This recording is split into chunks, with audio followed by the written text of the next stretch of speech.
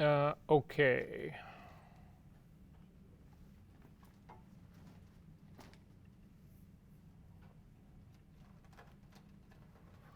So the last part of our color theory lecture, I think for the most part.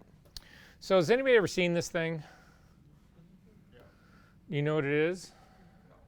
Yeah, nobody knows what this is, right? So this is a chromaticity diagram, and this is supposed to represent human vision. So what you need, a couple things that you need to know about this is that the reason it's shaped oddly is that our eyes are far more sensitive to green light. We can tell we have much greater discrimination with green than we actually have of any other color. Does anybody know why? So if you think about, and we can look at this, you should write this down just so that you have it in the back of your head, because it's, again, these are sort of tricks that are going to come along the way that are not necessarily formally in my lecture, but just from experience.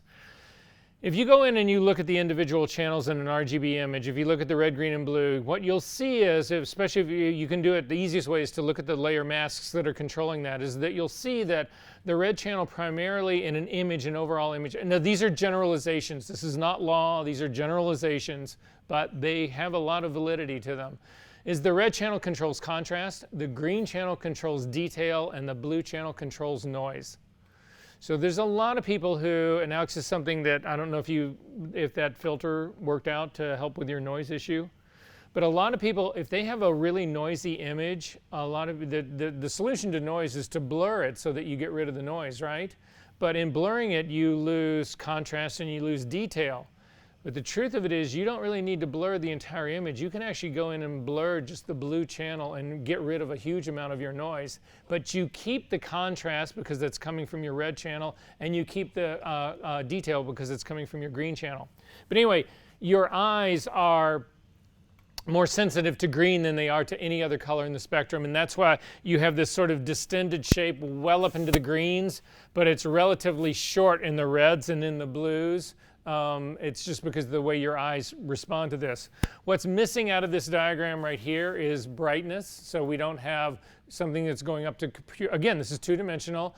It would have to be a three-dimensional space to really deal with color the way we've talked about it. We've looked at those three-dimensional color spaces in color sync utility. So again, what's missing out of this is brightness. You do have a neutral center right here. So when we actually go in the color calibration work that you're doing, you're actually giving it coordinates to map to a very specific spot right here in the middle that is a neutral D65. Does that sort of make sense? Anyway, but what we're missing here is lightness and darkness. So this doesn't get any, this doesn't go up to white, and this has no whites in it, and it has no blacks in it. But the advantage of this thing is that you can use it to compare color spaces. And that's what this is all about. So this is the human vision version of it. However, it's worth mentioning that this is the subject to this display.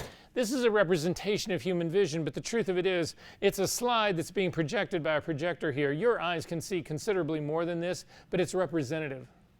Make sense? So this is, I'm not trying to say that this is the entirety of color that humans can see. It isn't. Pure colors at the edges, again, this is a whole thing about saturation. As you start to move from this center right here, which is completely neutral, out here to these edges, you get increase in saturation. So you can see it's relatively lightish color here. The truth of it is in the very targeted area of this, it'll be a completely neutral gray. But as you start to move into these edges out here, saturation is increasing. So the most saturated colors are at the very edges of this. This is important because this is what rendering intense ultimately is all about. There's a neutral center here. This is a two-dimensional space. Brightness is missing. I've already told you all of that. But it does allow you to compare different color spaces. So these would be typical color spaces that we would actually think about working with. Again, this sort of curvy line right here, the sort of like organic-y shaped one, that is the color space of an Epson 4800 on matte paper. The smallest of triangles that's actually in here is the color space for sRGB.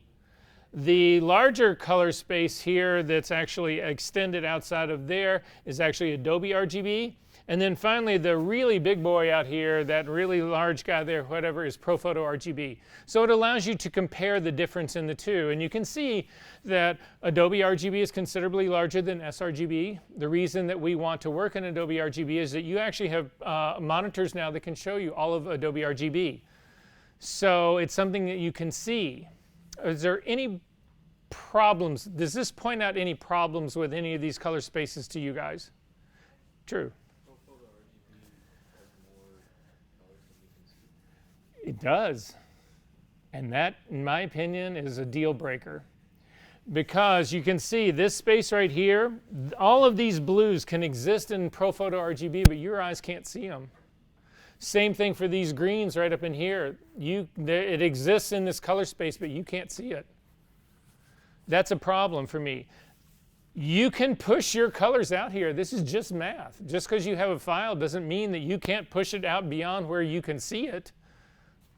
It's just you throw a HSB curve on there and take your green to the edge of ProPhoto and your eyes can't see it. Yes? This might be a feeble question then, but why have we not just come up with a color space for like across everything that only encompasses what we see? No, they exist, and you can actually build your own color space. It's really easy to do. You don't need to. There's a ton of them out there. There's an Apple color space. There's a Bruce RGB color space that a lot of people use. There's different ones. There's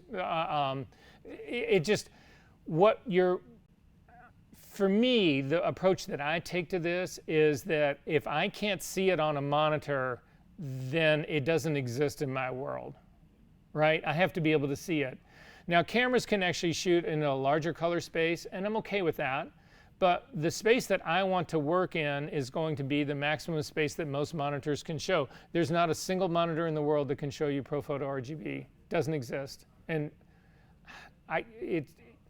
you can never say never, but the likelihood that you will get one that actually is able to show you all of that is probably very unlikely unless you've got a whole lot of money. And the same thing about printing.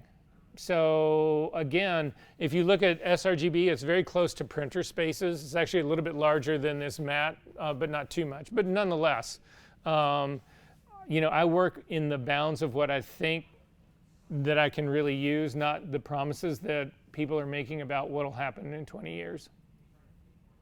And the way we work, if you still stay with smart objects and you're using your raw data embedded in your files, then there's nothing that would stop you from upgrading from an Adobe RGB space to a ProPhoto RGB space in the future. But again, you're always going to have this problem that you're going to be able to push those values outside of something that you would ever be able to see. What's the purpose of ProPhoto RGB? So ProPhoto RGB allows you to actually have color in these spaces which are important to some people. Especially the ProPhoto RGB was developed for people who were scanning transparencies. So transparencies, positive images, not negatives, but positives, like a slide, like Kodachrome, like all of those are positives. They tend to have hypersaturated color, much more saturated than you're going to find in an Adobe RGB. Adobe RGB will show you anything that a color negative will do. But once you get into the positives, it's this area in here that you can't see that are actually, so you can see that even though if you would not push out into this space, there's a huge area in here that's still able to see for color. And so it was a reason that they did that was to be able to scan those really super saturated negative positives. Okay, so we've had most of the discussion about this. This is gamut mapping.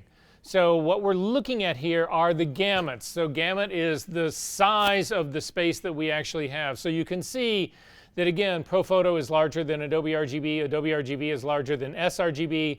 What's interesting is that in sRGB, there's actually things that your printer can actually print that you can't see in an sRGB color space.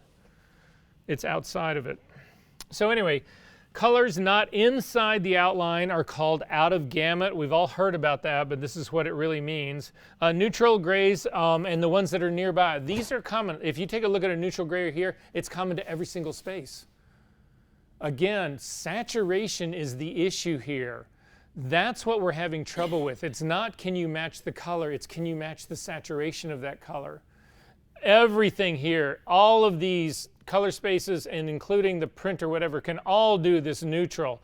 And then as you, again, you start to move out, you're moving into greater and greater saturation. And what ends up happening, what falls off the cliff, is when you start getting out here into these really super saturated areas right here, these tighter, smaller spaces that are in the center can't actually show those. They can't deal with them. So we need to figure out a way to deal with those out of gamut. So the more saturated color, the further it is from the center, and the more likely it will actually be out of gamut.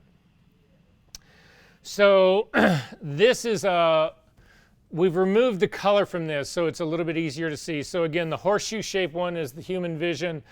This RGB, this is just going to be what we're going to call some RGB monitor. When you actually do your profile and calibrate your monitor, you can actually open that profile up in the color sync utility, and you can compare the color space of your monitor to Adobe RGB, to sRGB. You can actually look and see where they're alike, where they differ, which one's bigger, which one's smaller. Anyway, this is a typical RGB monitor right here, and then this sort of broken up dashed cyan line is, they're calling this a process printer. So this would be a true CMYK printer. Not the kind that we use out here in the digital lab, because those are actually multi-ink printers. They're not just CMYK. This is more a process printer. This would be like what the presses that a magazine would be printed in. They are strictly CMYK, that's it. So, you know, but any magazine that you would be printed on this. So you can see here, if we take a look at this, that there is a common area in here that both of them can actually show the color or print the color. But then there are areas that exist beyond this. So if you take a look at C2 right here, C2 is actually, your monitor can show this to you, but you can't print it. So C1 is the closest that you're going to be able to get to C2 in terms of its color. So what we have to do is we actually have to move the information that's here at C2 down to C1 in order for the printer to print it. Otherwise, it's just going to ignore it. So one of the things that you need to realize when we talk about saturation here, we are also talking about detail. What is detail? Detail are differences. If you've got two pixels that are next to one another that are extremely close in value and color, you cannot tell the difference between them. If you have two, though, that are next to one another that are radically different, and you notice that difference, that is what we call detail. On a pixel scale, that's what it is. Does that make sense? So the problem is that if we've got a lot of stuff that's out here and we just move it right in here to the edge, we run the risk of losing detail. Make sense? All right. It gets bleaker. This is actually one of the few things in this color lecture that there's actually a solution and answer for. So C1 is as green as the printer can print. C2 is out of gamut for the printer, but it is in gamut for the monitor. We can see it on our monitor. The distance between these two represents image detail. Profiles can handle the color matching part, but they don't handle this out of gamut part. So again, if I've got a color that is a 248 red, 0 green, 0 blue, whatever, and my monitor is showing me a 238 green, 0 red, 0 blue, 0 green, those are different colors. The profile can actually match those colors. It can take the mismatch of my monitor and correct for it. However, if it is out of gamut, it's not equipped to actually move that stuff into gamut. We actually have to do a different mechanism to actually do that part. And rendering intents are the part that deals with this gamut remapping. So if we take a look at this diagram right here, the outside circle is an RGB gamut. So what we would call, that's our monitor gamut. Okay, so that's what our monitor can show us. The circle that's on the inside part right here is our CMYK gamut. It's just what we were looking at before, but this is just an easier illustration to look at it with. If you take a look at these gamuts, these colors right here that are in what's called in-gamut colors, this is 1, 2, and 3, you can see that on your monitor and you can print it. Those aren't problems for us at all. However, 4, 5, and 6 are problematic because 4, 5, and 6, we can see it on our RGB monitor, but the printer can't print it. These are now out of gamut colors. Does that make sense, everybody, what this illustration is? Because you're going to look at 4 of them really quick. All right. So the way that we deal with it, there are 4 different possibilities of dealing with it, and these are rendering intents. And this is, again, dealing with out of gamut color. In saturation, what happens is that 4, 5, and 6, which are out of gamut, all get moved right to the edge to the most saturated color that the printer can actually print. The problem with this is that 4, 5, and 6 are actually 3 different colors. They're 3 different saturations. Those 3 differences represent detail. We've now made them all the exact same color, so we've lost the detail. I don't have a problem with it getting pushed in, but we've lost all the detail. However, the colors that are in gamut, they also get shifted. They actually get pushed towards the outside. What saturation rendering intent is all about is trying to give you the most saturated image that you can get. It doesn't care about the color, whether the color is correct. So have you guys ever seen like the weather maps they do in the back of like USA Today newspaper? They have different colors. You see it on TV. You know, they'll show it tonight on TV, you know, the storm that's supposed to be coming in tomorrow. They'll have, you know, purple is the area that's going to be ice, and then, you know, the sort of like magenta one will be the, you know, where it's going to be rain and snow mixed and all. It's that kind of thing, right? Those maps, what they really care about is for you to be able to make distinctions between that magenta and then the deeper red. You know, they want you to be able to tell the difference in those. They don't care what the colors are. They just want them to be as saturated as they can be so that you can really see the difference. So that's what saturation mapping is all about. Graphic artist people use this all the time. Photographers, never. The next one is perceptual. This is the one most of you have been taught to actually use. And this is the part that chokes in my throat like some fucking chicken bone.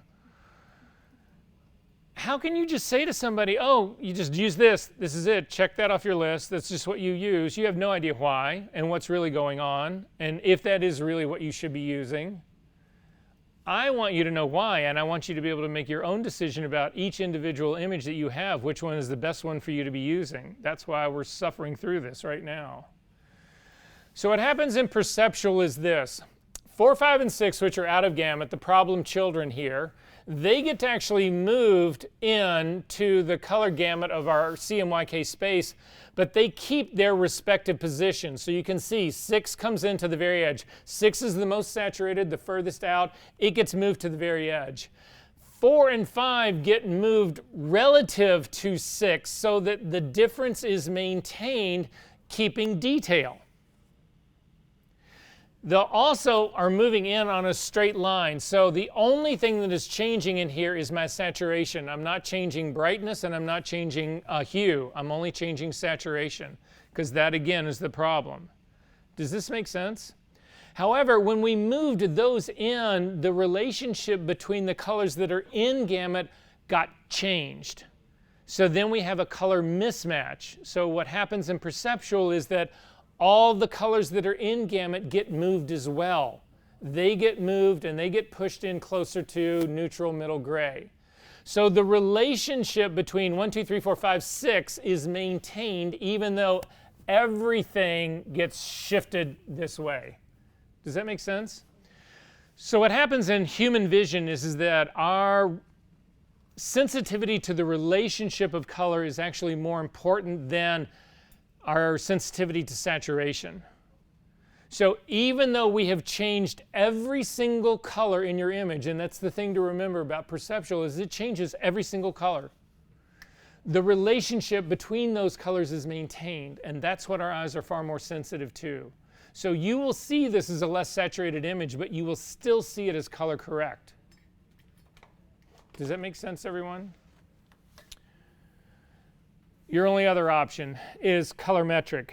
And what happens in colorimetric is that 4, 5, and 6 are pulled all the way right into the edge so that they actually will print.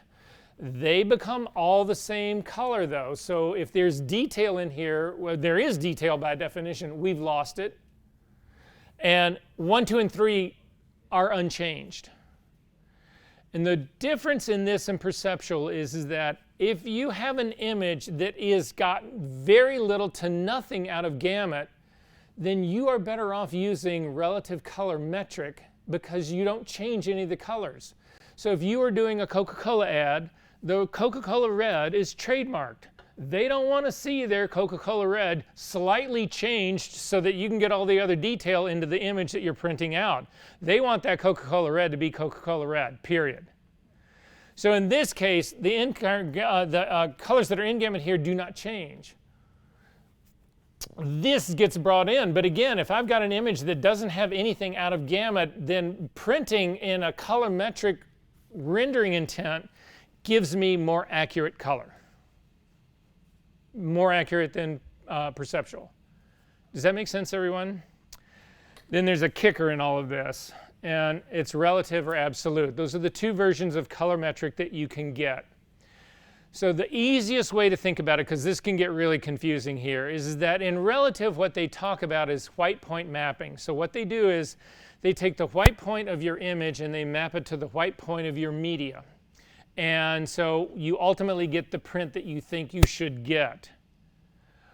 What absolute does is that absolute does not do that mapping. What absolute does is it actually tries to recreate the medium and then print it on itself. So the best way to think about it is this.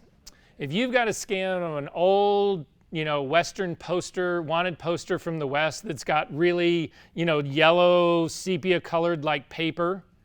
If you go to print that and you use a relative colorimetric on a white piece of paper, it will actually print it out and and the poster and the print will look the same. It'll have that same, they will look the same. What happens in absolute though is that the printer will then try to recreate the paper that the poster is printed on, and then you print the poster on top of that and you get a double hit of yellow. Make sense? There's reasons for proofing and graphics that they can actually use this, but we don't. So our only two options ever are perceptual and relative colorimetric. So again, if you've got an image that's got a lot of out of gamut color, you want to use perceptual because you'll keep all the detail that you're bringing in. If you've got an image that has no out of gamut color, then you want to use relative colorimetric because it's more precise. So I need everybody to go after, we're going after that damn Corvette again. I feel like I'm Joe Biden here. I keep going after the Corvette, I have aviators. I should be wearing them right now. Are there questions about this? We're going to see this in action. Okay. Yeah, that was the end. So if everybody can go find the Corvette, again, it's in our session 1 files. It's the redcar.psd.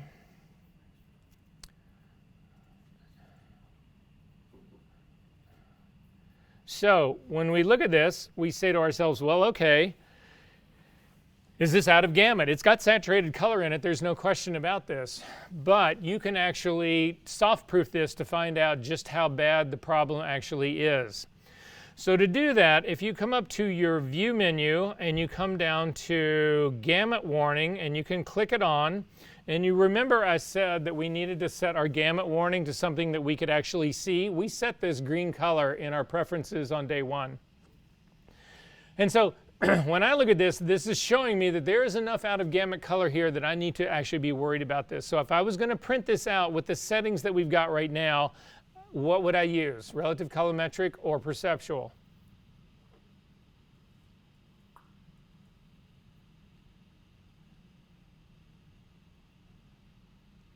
Again, I've got a lot of out of gamut color. I need to bring it all in with the detail intact. This is a perceptual print that I'm going to use. I'm going to use that. Again, relative colorimetric is when you have very little to nothing out of gamut. Are we good on this part? So, but we need to go deeper into this than this, because right now, this is, you don't even know what this is assuming it's going to be printed on. What, this is out of gamut for what? So if you take a look again at the view menu, come down, we are actually going to do our proofing setup, and you will see in proof setup at the very top that this is set to show you a working CMYK space. We set up in the very beginning in our color settings, our CMYK space is this US web coded swap version 2. This is the most common version of a CMYK printer that you'll get.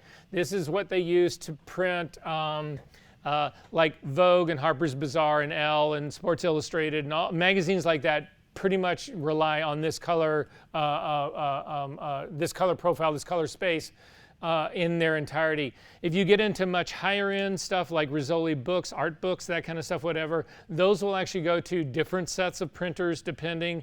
If you're working in Japan, it's different. If you're working in Europe, it's different. They all have their own space, the color setups that they primarily use.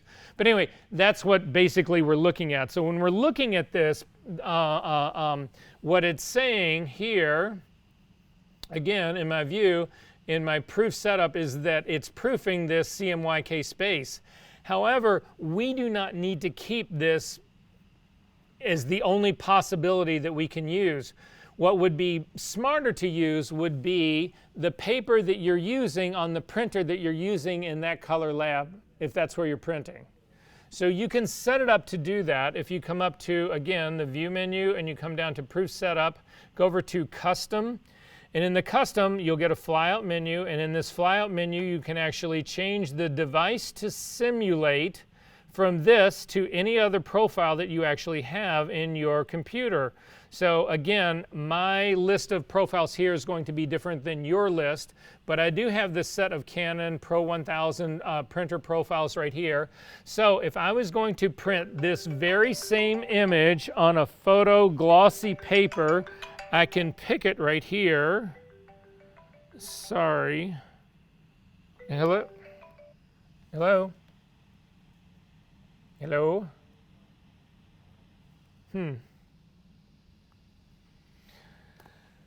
So I've got this Canon Pro 1000. I can also pick my rendering intent and add black point compensation.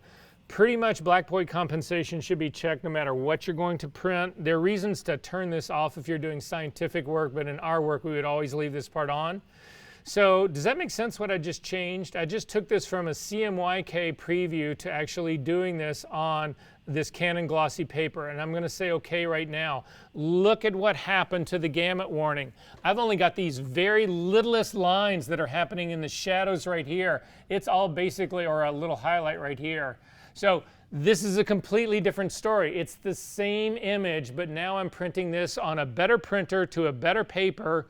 I've got it, that printer and paper combination can handle the saturation that the CMYK printer couldn't handle. So in this case, I would actually use which rendering intent? Exactly, this is a relative colorimetric rendering intent because all of that red will be much truer than it would be in the CMYK version of this that gets printed using perceptual rendering intent. Yes? So theoretically, if we want to like export this and send it to the DPC, we should go down and ask like what printer they're using.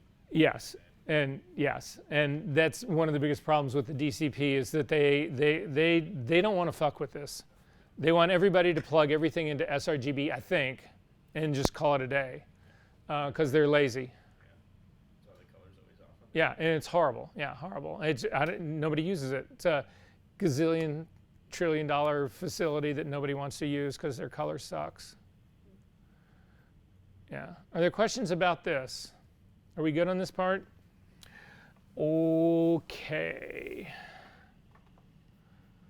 We can close this up. Don't need to save that. And we need to open up a copy of Sunny. If you will, if you can find a version of her, that would be great. So if you go into our class file 3s, if you can't, don't worry about it. Do not do this on the version, though, that you've already worked on. And the only reason I say that is because that can get really confusing. So that doesn't mean that if you work on a virgin copy right now that you can't put it together with the one that you've already done. If you want to just tweak parts of what you've already done, that part will all be fine. So, but I don't want you working on your file because this can get really confusing really quick. Okay, so if you don't have a virgin copy of it, go ahead and open the copy that you worked with. I'll just show you what to do. So I'm going to double click on this to open it. This is a version. This has a copy of everything that's actually in here. I'm going to turn on all of my layers except for the one at the very bottom, the background layer.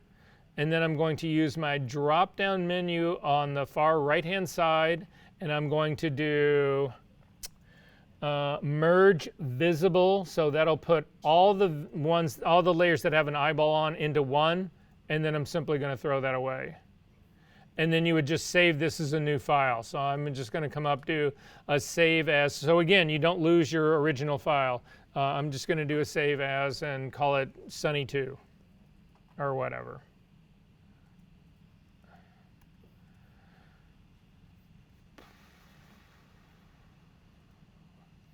All right, so everybody has an original copy of this, right? Are we all good to work on this? Again, this is going to be your homework for tomorrow, for next week. So if you do this right now, you're going to do very well on your homework. So don't decide you just want to watch and you'll do it later. Okay, so first things first. When I look at this, the first thing is assessment in here. And when I look at this, I've got two major challenges that I know, and it all involves hair.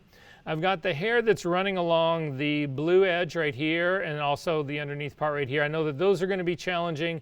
And I also know that the hairline on this side I don't anticipate as a challenge so much, but this side I can see that that's actually going to be a challenge for me as well.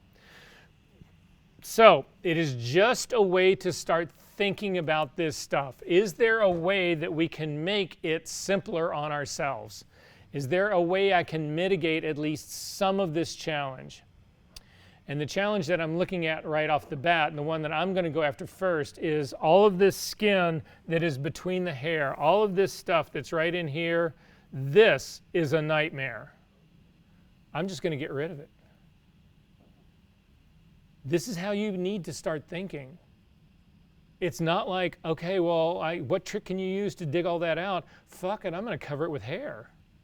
I'm just going to get rid of the problem, right? Much, much easier to do. So there's a number of ways of doing this. I'm going to start off Command-J. It just makes a copy of it. I'm going to double click on this, and actually I'm going to call this New Version. Because what I'm going to do is I'm going to create a brand new base of this to start from. I do not want to get rid of the background copy that I started with here. This background copy is, it's like religion. You can't get rid of it. You can't mess with this. Because if you're working for yourself, maybe you can pull it off. But if you're working for somebody else and all of a sudden they go, well, where's the original file? And you go, oh, well, I butchered that months ago. You're screwed.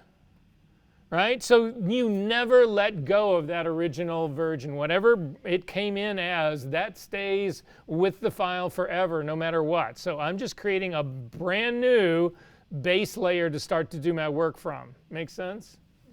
Okay, most people, when they actually go to figure something like this out, what they would do is this. I'm going to zip back out just a little bit. Is they would do clone stamp tool to fill in the patch. So if you hit the S key, you get the clone stamp tool. If you can't remember that, it's in the toolbar that's on the side here. It looks like a stamp. If you click on it, you'll get a flyout menu, and there's a clone stamp tool and a pattern stamp. You actually want to do the clone stamp tool. Immediately, your eyes should go up to the option bar up here to make sure we see how this is actually set. And seeing how this is set, I'm going to click on my drop-down menu for the brush hardness. The typical default for the clone stamp tool is a 50% hardness, so I'm going to change mine to 50%. I'm going to keep it as a normal blending mode, 100% opacity, 100% flow. We will talk about flow and opacity later on, so if you don't know what that is, don't worry, we get to that. We also will get to aligned or not. That's not the conversation for today. And then I need to make my brush larger. So again, I use the bracket keys that are just to the right of the P key. The one immediately to the right of the P key makes your brush smaller. That's the closed square bracket, or the open square bracket. The closed square bracket, which is just to the right of that, makes your brush a little bit larger. So I'm just going to make it so that it's about the scale of this image right here. Then I'm going to come over to the side of the image right here, and I'm going to hold down my Option key and click once. That sets the source of my clone stamp tool. And then I'm going to come over here in the middle and where I want to actually patch this in, and I'm simply going to click to actually fill in all of that space, or at least as much of the space as I'm comfortable with doing. However, the problem that we get, and you can see it actually filled in a lot of the hair, so that's no longer a problem for me. However, this is a problem. You can see the repeating pattern. So if you take a look at my screen, you should see it in yours as well. This curl right here is repeated right here. The two little curls that are right here are repeated right here. It's a very obvious fix what I've done. Again, I just repeated it. It's in perfect register with the original, so the repeating pattern part is incredibly obvious. So I am not going to do that because it's obvious. Command Z to undo that and it goes away. Instead, the better way of doing this, and this is how we will do a lot of our work moving forward, is to use elements that you then change before you paint them back in. So to do that, I'm going to hit the L key to get the lasso tool.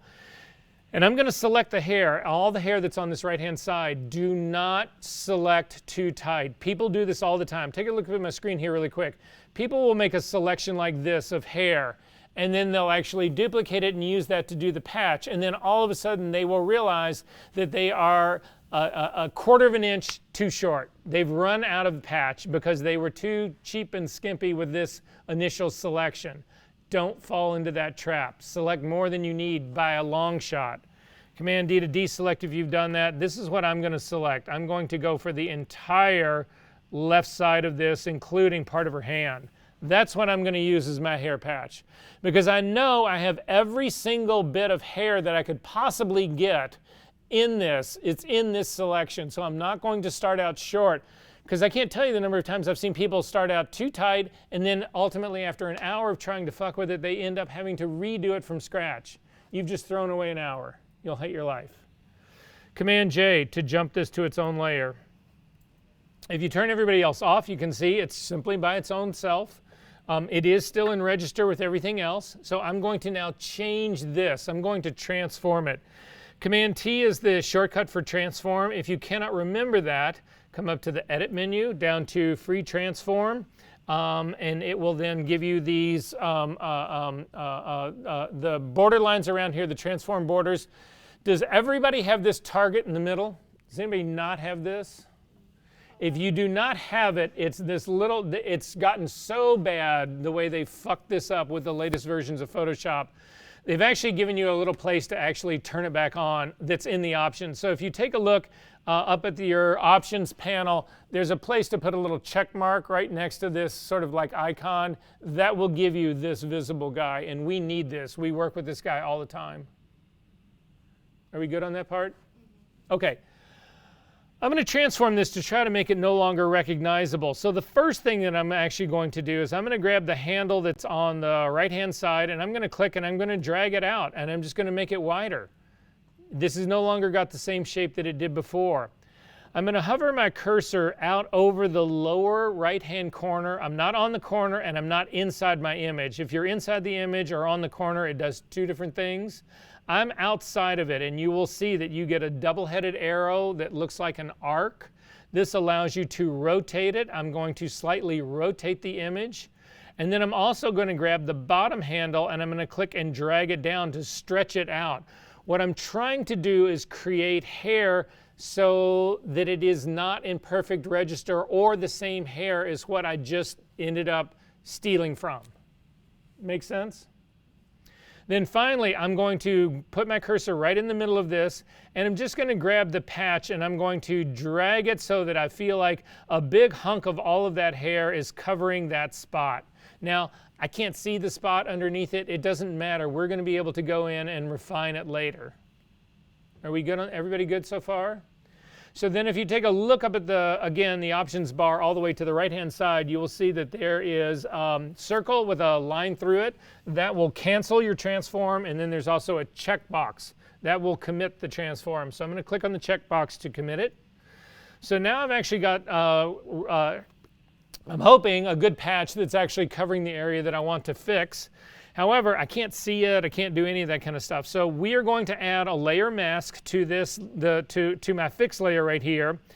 To do that, I want to add a black layer mask because I want to paint in my correction.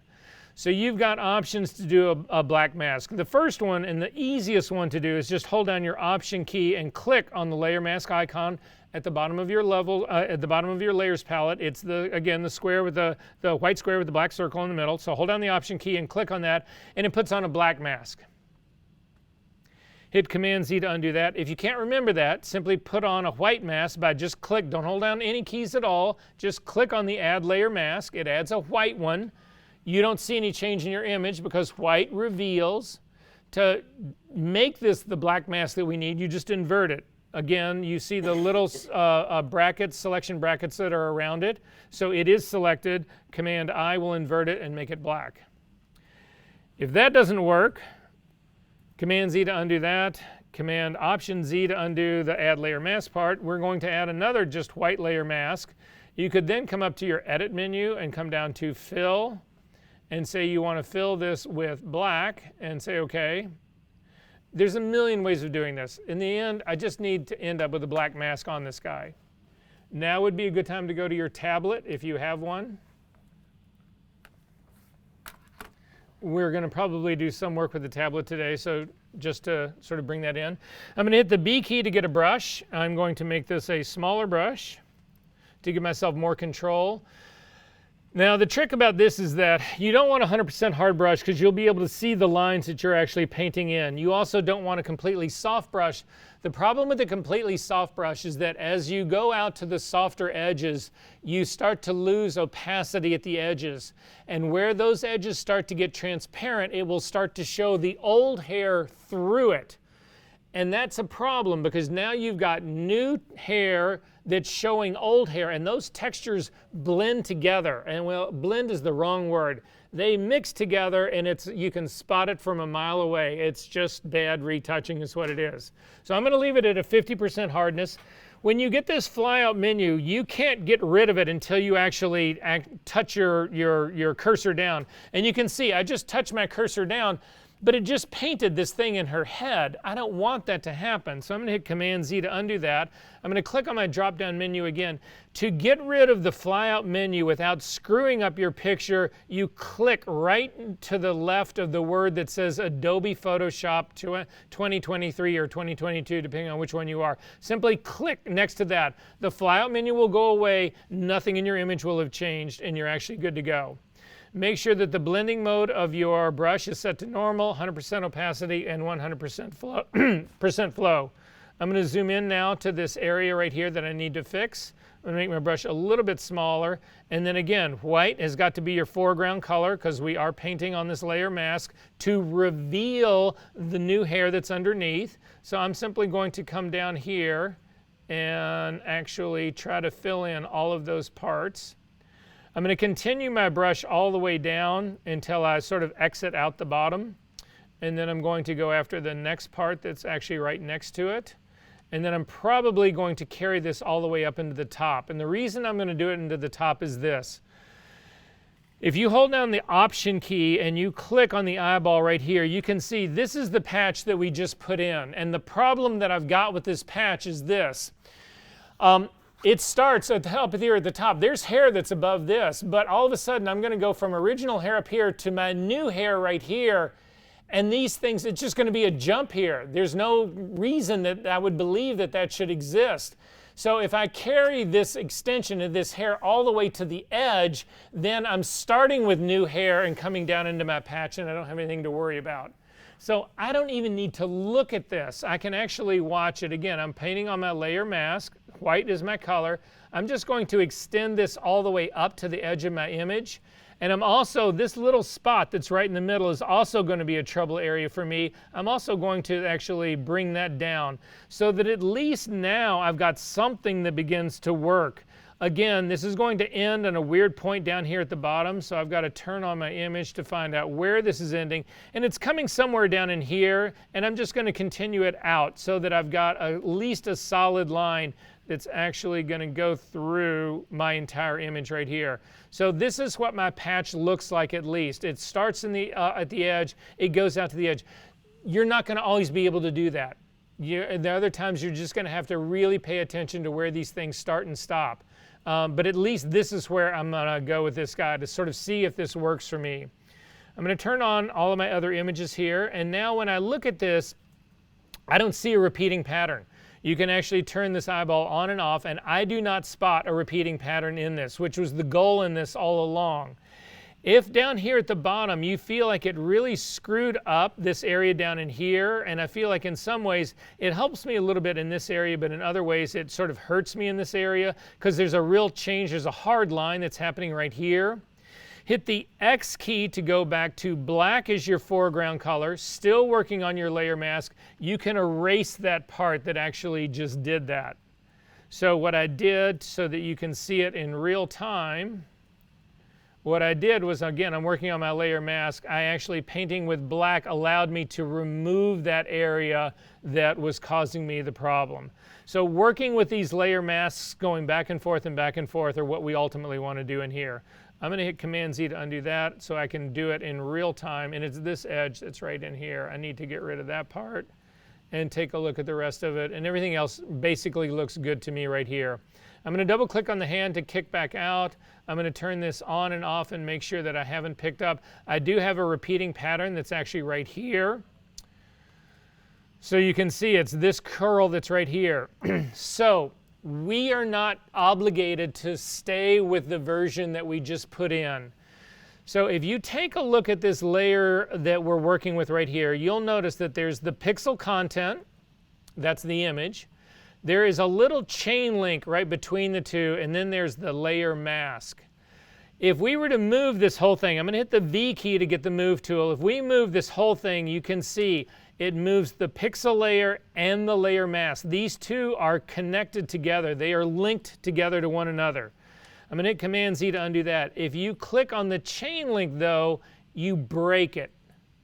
Now I can move the mask separate from the image, or the image separate from the mask, which is what I want to do. If you now, I don't want to move the mask. The mask is in the right place. What I don't like is the image, that the patch that I'm using underneath it. If you click now on the image that is underneath it, so I've got the brackets that are around the image part, I've still got the V key hit, I can move it. You'll notice now you can actually move your patch around underneath this to actually get a better blend, or to get rid of the repeating pattern that you're worried about. But it doesn't end there. You can actually transform the thing that's underneath the patch. I'm going to do Command T to actually transform. And now I can continue to work on that transform.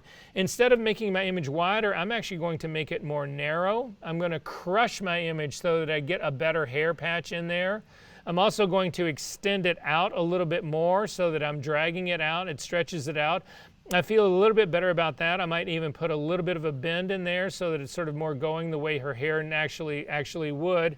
And this for me now becomes a better hair patch to actually work with in here. Drag this off to the side a little bit more. Yeah, I don't want to bring that guy back in.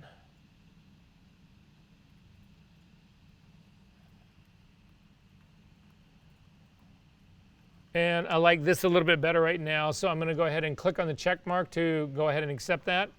Once you get this the way you like it, we need to merge it down into the new version. So with all of this stuff done on the top, simply hold down the Command key and hit the letter E. It will then merge that down into the new version, and we can go on and continue from here. If I still needed work done on this, and this happens a lot, let's say you go in and you say, well, I can still see the repeating pattern part right here, then again, there's nothing to stop you from doing that same process all over again. And you can do this over again and again and again and again and again. Does this make sense to everybody, what's going on? Did this work for everybody? So at least now when I'm starting this move, I've actually got, I don't need to worry about the stuff that's under there. I still need to worry about the edge of her hair. I can't change that part of it all, but at least I don't need to worry about the skin that's actually underneath it. You hold down, so make sure your top layer is selected. Hold down the Command key or Control if you're on Windows and hit the letter E. Did it work? Yep. Now would be a good time to save your work. And again, so I'm going to save my work right now.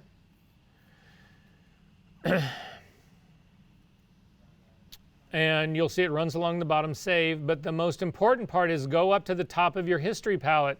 Look at this. I've actually got 2 history states that are time stamped for me.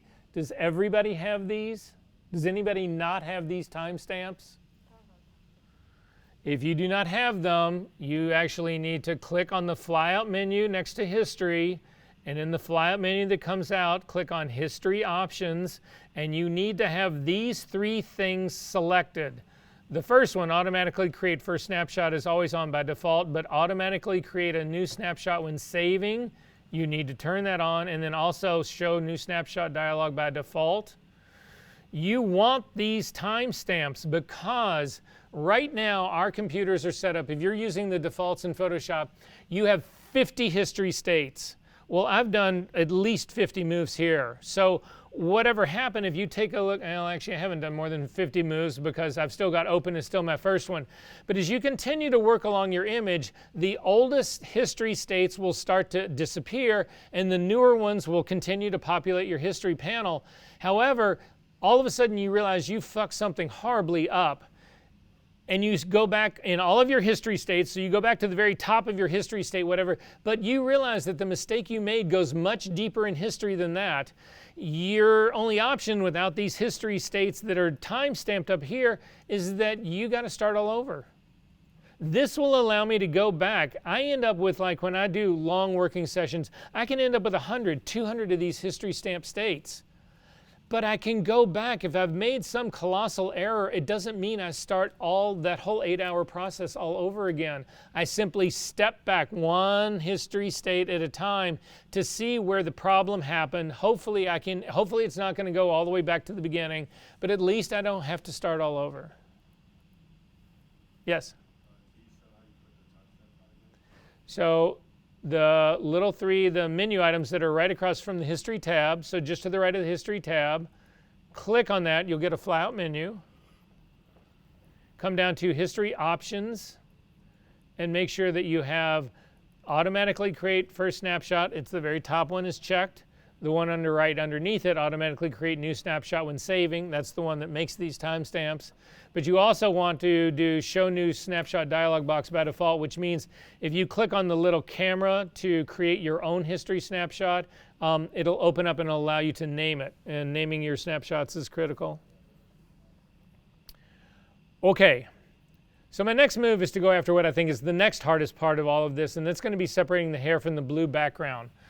So to do that, you'll also notice if you come over, in my case, I've got a lot of channels. These are leftover channels from my original one. That's why I wanted you guys to start with a virgin. I'm going to throw away all of these alpha channels so that I'm starting from scratch. If you've got extra ones in yours, all you want in your channels palette is the RGB composite, the red, green, and blue. So I want to look for the best separation between this blue background and the hair. I don't really care about the shoulder edge right here. I don't really care about the neck on the other side. I care about separating this detail, this feathery hair from the blue background. I don't care about her face. I don't care about the hair that's on the inside of this as well. I don't care about any of this. I'm strictly looking at the edge, this feathery edge. This is the challenge. And if I can pull this off, this works great for me. So that's going to be the goal in all of this, is to get this to separate. So if you click on the red channel alone, you'll actually see the image. You'll see, okay, this is dark hair against a relatively dark background. I'm hoping I've got something better than this. If I go to my green channel, you'll actually see that the green is better. It actually made the background a little bit lighter. It made the hair a little bit lighter as well, but at least there's more contrast. That's what I'm looking for here, is contrast. Again, I'm going to build a mask that separates the figure from the background. In an ideal mask, the figure will be white and the background will be black. That's the ultimate contrast. So I'm just trying to jumpstart this with the channel that has the greatest contrast to start off with. So green was better, and then I'm going to go to blue. And when I click on blue, my hair actually got darker and my background actually got lighter. So there's definitely the most contrast exists in this blue channel. So I'm going to copy the blue channel. I'm going to simply grab the blue channel and drag it down to the bottom of the channels palette onto the square that's got the little plus in it. That actually makes a copy of it.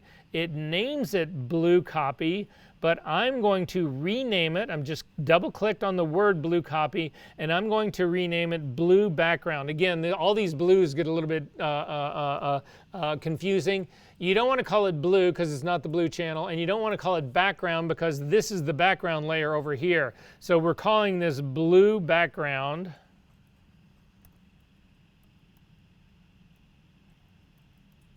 So we know what it is, what the heck we're actually trying to do. I'm going to zoom in to this one curl. It's the curl that's on the furthest right of her head. It's the one, I mean, you can see it. Take a look at my screen up here. You can spot it a mile away. I'm going to zoom into this guy. This is going to be the point that I actually try to go after.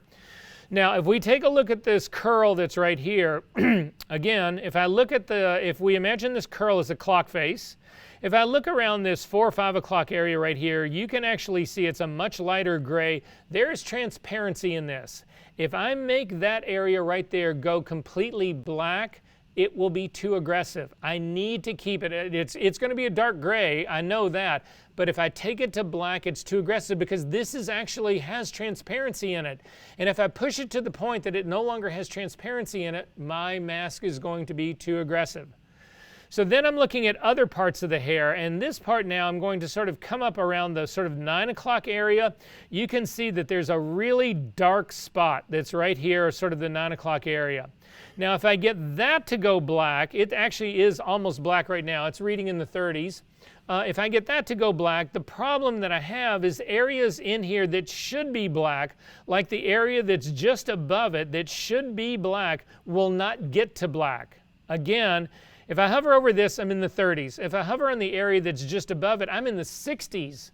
If I use my black point as in those 30s and I get it to go to 0, then these 60s where I'm at right now will be at 30, which will be transparent, and that is not going to work for me.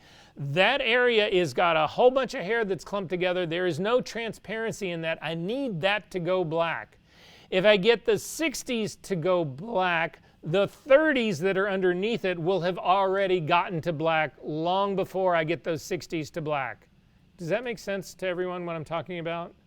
So where you pick these points becomes the art of doing this. So I am going to drop a point right above that sort of 9 o'clock area. So over to your tools palette, the eyedropper tool, click on it to get the flyout menu, and you want to come down, and we are going to add a color sampler tool. And I'm going to come over again, make sure that your point size, your sample size is 3 by 3. And I'm going to drop a point right in the middle of that. And I get a readout of K 79%. Again, this is a true black and white, so this is giving me black ink percentages. I want this to read out in RGB values because when I run levels on this, all of my levels are in RGB values. They're not in this K percentage. So if you hover over the number 1 in your info palette, you'll click on it, you'll get a drop-down menu and say, instead of actual color, I want you to show me readouts in RGB. We're not changing anything in the image, we're simply getting readouts. And in my case, I ended up with 53s. I also need to put a point out in my background. So I'm going to stay close to where I'm at, but I'm going to come out in the background. You want to make sure that wherever you pick in the background doesn't have any hair in it or any other stuff in it. It's just the blue background. So I'm just going to click a point out in the side. I get a point number 2 out on the out in the side. Again, in my info palette, I get a reading of K that says 19%. All of yours should be close to this. They may not be exact, but they should be pretty close. I'm going to click on that drop-down menu and also give me an RGB readout. So now I've got my targets. I know what I want to do. I know that my point number 1, I want to get it to black, meaning that those 53s need to get down to 0s. And I know that my background, the white point there, is 205s. I want it to get to white, which means it needs to get to 255. So you cannot use adjustment layers to do this. Adjustment layers affect layers. We are not working on layers. We are working on channels.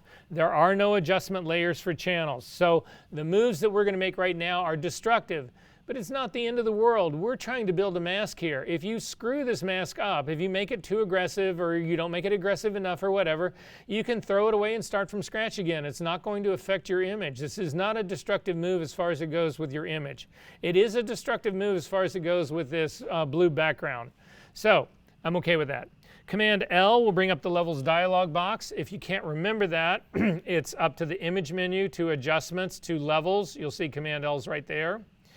The levels dialog box opens up, and I'm going to do the first thing. You also notice that you get 2 readouts in your info palette right now. They're exactly the same numbers because we haven't made any changes with our levels control box yet. But the numbers that are reading out on the left are the originals. The numbers that are on the right are going to be the consequence of whatever we do in this dialog box. So I'm going to grab the shadow point slider. It's the points that are immediately underneath your histogram. And I'm going to click on the black point and I'm going to start to drag it towards the middle. And the whole time I'm watching this after readout right here. And I want to take it all the way until I get very close to 0, but not at 0 yet. So I am very close to 0 right now. I'm at 333. And at this stage of the game, I'm going to go to my arrow keys. And I'm going to tap my up arrow key, and that actually takes me to 2s. Again, tap it again, gets me to 1s. Tap it 2 more, 3 more times to get to 0s. This is the absolute minimum change that I can make to get this where I need it to be. And what I mean by that is if we zoom back out so that you can see this, don't do this, just take a look at my screen.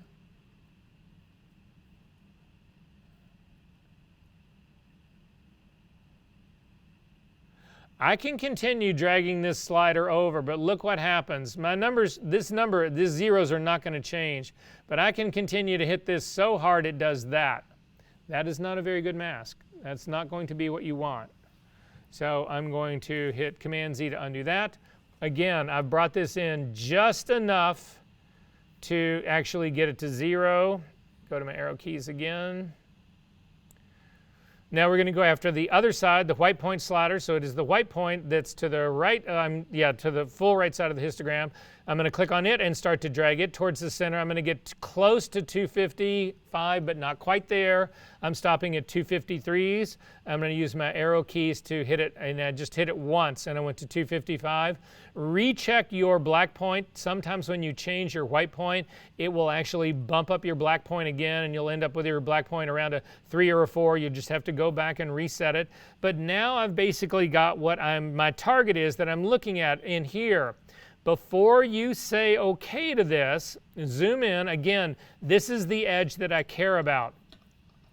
Use your preview check mark to turn this on and off and see, are you losing a bunch of that really fine hair? Have we gone too far? Are you still keeping? You can see on all this fine hair that's sitting on the outside, it's shades of gray. It is not black like this area that's in the center right here. It's these shades of gray in here. So I know I'm keeping that transparency. I'm keeping that really feathery look part of it all. I'm not overhitting this. So this part looks right to me, so I'm going to go ahead and say OK to this. I'm going to double click on the hand. We've got a number of problem areas. Her face is not going to be a problem at all because it's already surrounded by black. However, I've got a bunch of contamination that's sitting in here in her hair. All of this is coming from highlights. Well, not all of it, some of it. If you zoom into this same area, you can spot there are areas here along the edges that are background. You do not want to add those to your mask as body. They are background. If you cannot remember, you need to scroll up to the top and you need to click on the RGB channel so that you can see it again, so that you can say, how many of you guys realized that this little blue spot right down in here was actually a part of the background? If we go back down and look at our image, so I'm going to go back in and click on my blue background. How many of you realized that this was not a highlight in her hair, but this was background? Those are the things that make you a good mask builder or a bad one, and that ultimately makes you a good retoucher or a shitty one. If you start knocking out all of these things that really are background, thinking that they are highlights in her hair, then you've blown it. You need to know those differences. Take the time to realize that, because once we include this into the body mask, getting it back out is a nightmare. You don't want to go down that road. So anyway, that's what's basically going on here. Again, I'm going to double click the hand. Another spot that I'm going to have a huge problem with is her shoulder. Now, I was willing to sacrifice this, but if you look at her right shoulder, that is completely gone. There's no way I can use this to separate the top shoulder of her sweater from this background. I'm going to deal with that guy later. But for the time being right now, I'm going to buy myself a little room to fix up some stuff around here. So, in keeping an idea about what I ultimately want to do, I'm actually going to go to my pasteboard, hit the F key to actually get to the pasteboard. I do not know why my rulers are showing on the pasteboard, so I'm going to uncheck my rulers. I'm going to zoom back out a little bit. The reason I like to work on the pasteboard is because I can use my brushes outside of the figure, which I really want to do here. I'm going to hit the B key to actually get the brush tool. I'm going to go up to my options bar and I'm going to make sure that this is 100% hard brush. The reason you want 100% hard brush is in the initial work that I'm doing right here, I need to worry about overspray. And what I mean by that is if I use a completely hard brush and I go really close to any of these lines that represent her sweater from the background, I don't need to worry about the softness of my brush spraying ink into the background and ruining that line. Does that make sense to everybody, what I'm worried about here? Okay, to see it, zoom into here, just zoom into her top shoulder really quickly. So I've got this little hump right here. I've got 100% hard brush. I'm not going to hit the very edge. I'm going to stay a little bit away from it. But you'll see, I'm going to just click and I'm going to pull away from it like this. I haven't gotten the area that I wanted to get, but you'll see I'm safe doing it this way. I'm going to hit Command Option Z twice to go back in time. Now I'm going to change that to a completely soft brush. So I'm going to take my hardness all the way down to 0. Again, I'm going to click in this upper part of the options bar where there is nothing to get that flyout menu to go away. And I'm going to do the very same thing I just did. And now you can see there's whole areas of ink that got sprayed out onto that background right at the very top. Then I'm going to have to go back in and clean that up. That's a nightmare. I don't want to do that. So again, this is all about control. Command Option Z twice to get rid of that. I'm not going to start in this area. I'm just going to go after big areas of this that I know need to actually be dark. So it helps orient me in terms of what I'm really trying to do. So again, my brush, I'm going to make it completely hard. I'm going to make it a really large brush, just using my bracket keys. And I'm going to paint the entire bottom of this. Stay away from those edges. I'm not going anywhere near those edges. I'm going to make my brush a little bit smaller, and I'm going to paint down just through her face, all of her face. Stay away from the edges where you get over by her fingers on the right-hand side. But this gives me some idea. It's like, oh yeah, okay, this is my goal in here now, is to make the figure black and make all of the hair and make the background a lighter color here. So then I'm going to zoom into the hair that's on the very top left-hand corner here. This is the area that I'm actually going to go in. This is right up in here. Now again, I've already spotted areas in here that I know need to be background, but working with my hard brush, I don't need to worry about so much being close to the edge. So I'm simply going to take care of those issues right now, make my brush a little bit smaller, take care of that highlight, this one, this one, this one. That's background in there. This is highlight in the middle. That's all. I don't know if this area down here is background or highlight, so I'm going to go back up and click on my mask right here. The lower ones right here on the outside edges are background. The one that's right closer to her face is highlight, so I know that this goes out and those others actually stay. Then I'm going to take a look at the other side over here, and if I remember this correctly, I'm looking at my background. There is nothing of background that's over in here at all, so all of this can simply be, all of those highlights can be simply painted out black, which is what I'm going to do. Stay away from the edges. Okay, that part's all working out pretty well for me. I already know that this area up in here is going to be a problem, so I'm hovering over my upper right-hand corner right now, and I'm looking at my readout, and I'm getting 248s, 250s, 247s, 246. I know that there's contamination up in here. If you zoom into this area really tight up in here, we can invert our mask right now. It doesn't matter. You can invert your mask back and forth all you want. So I'm just going to invert mine right now. Again, I'm working on my blue background channel, Command I to actually invert it. And I can see the little white dots that are actually up in here. I can now spot it. It's a lot easier to spot the contamination up here with this thing inverted. So now I actually need to kind of do the best of both of all in here. I'm not ever going to be able to paint this perfectly out, but I can give myself a fighting chance. I am going to change my brush now to a completely soft brush, because what I'm going to try to do is get this edge along right here. Now I'm going to leverage the fact that I'm going to spray a little bit of this paint into this background. I'm never going to touch any of these hairs, but using the overspray from my brush, I will actually be able to introduce at least some more darkness in the area where I've got all those fine hairs. So that's my first move, is to actually take my brush and make it completely soft. My next move is to change the blending mode from normal down to overlay. Now, we've talked about this before. I've got black as my foreground color, and right now this is completely white. I'm in the area, I'm staying away from this edge right now. I'm just showing you guys how overlay works.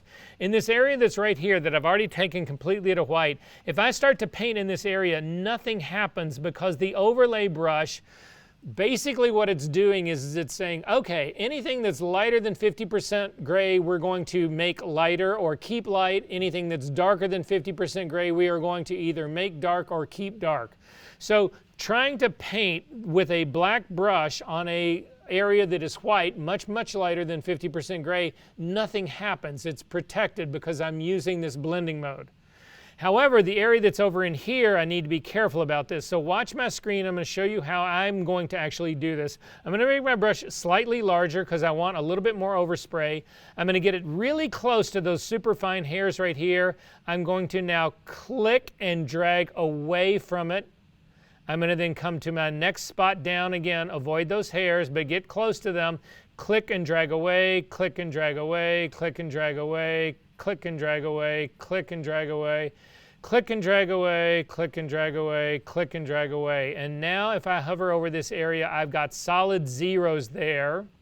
I can then change my overlay blending mode back to normal, change my brush from soft back to hard, and finish doing this entire corner. This whole area now, I can just, again, I'm looking at my readout. I can see this whole area has actually been brought down to zeros. If I come down into here, they're all still zeros over there. And then finally, I need to check this area. I'm going to make my brush much smaller. The area that's really pretty much just between her hair on the far left-hand side in the background. So my background is actually done. It's exactly where I need this guy to be. Now, I hate to work in the negative, and that's what I feel like I've got going right here. So I'm going to now invert this image back the way I was originally working with it, Command I. Again, I prefer to see these darker areas of the image not in the negative so that I can work on them regardless of what mask I ultimately want. So now I'm on the far left-hand side. I'm going to deal with her sweater that's at that shoulder spot. So I'm on the far left side dealing with the top sort of like edge of her sweater.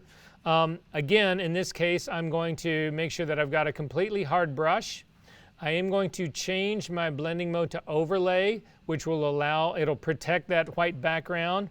And then I'm simply going to go across this area once.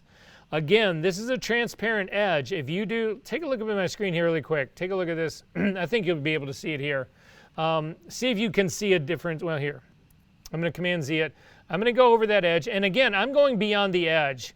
Don't try to paint that edge exactly. Your overlay should be protecting that white background. But by the very same token, do not try to hit that white. Don't just come here and hit this whole edge like a bulldozer. Don't make Photoshop work any harder than it has to work.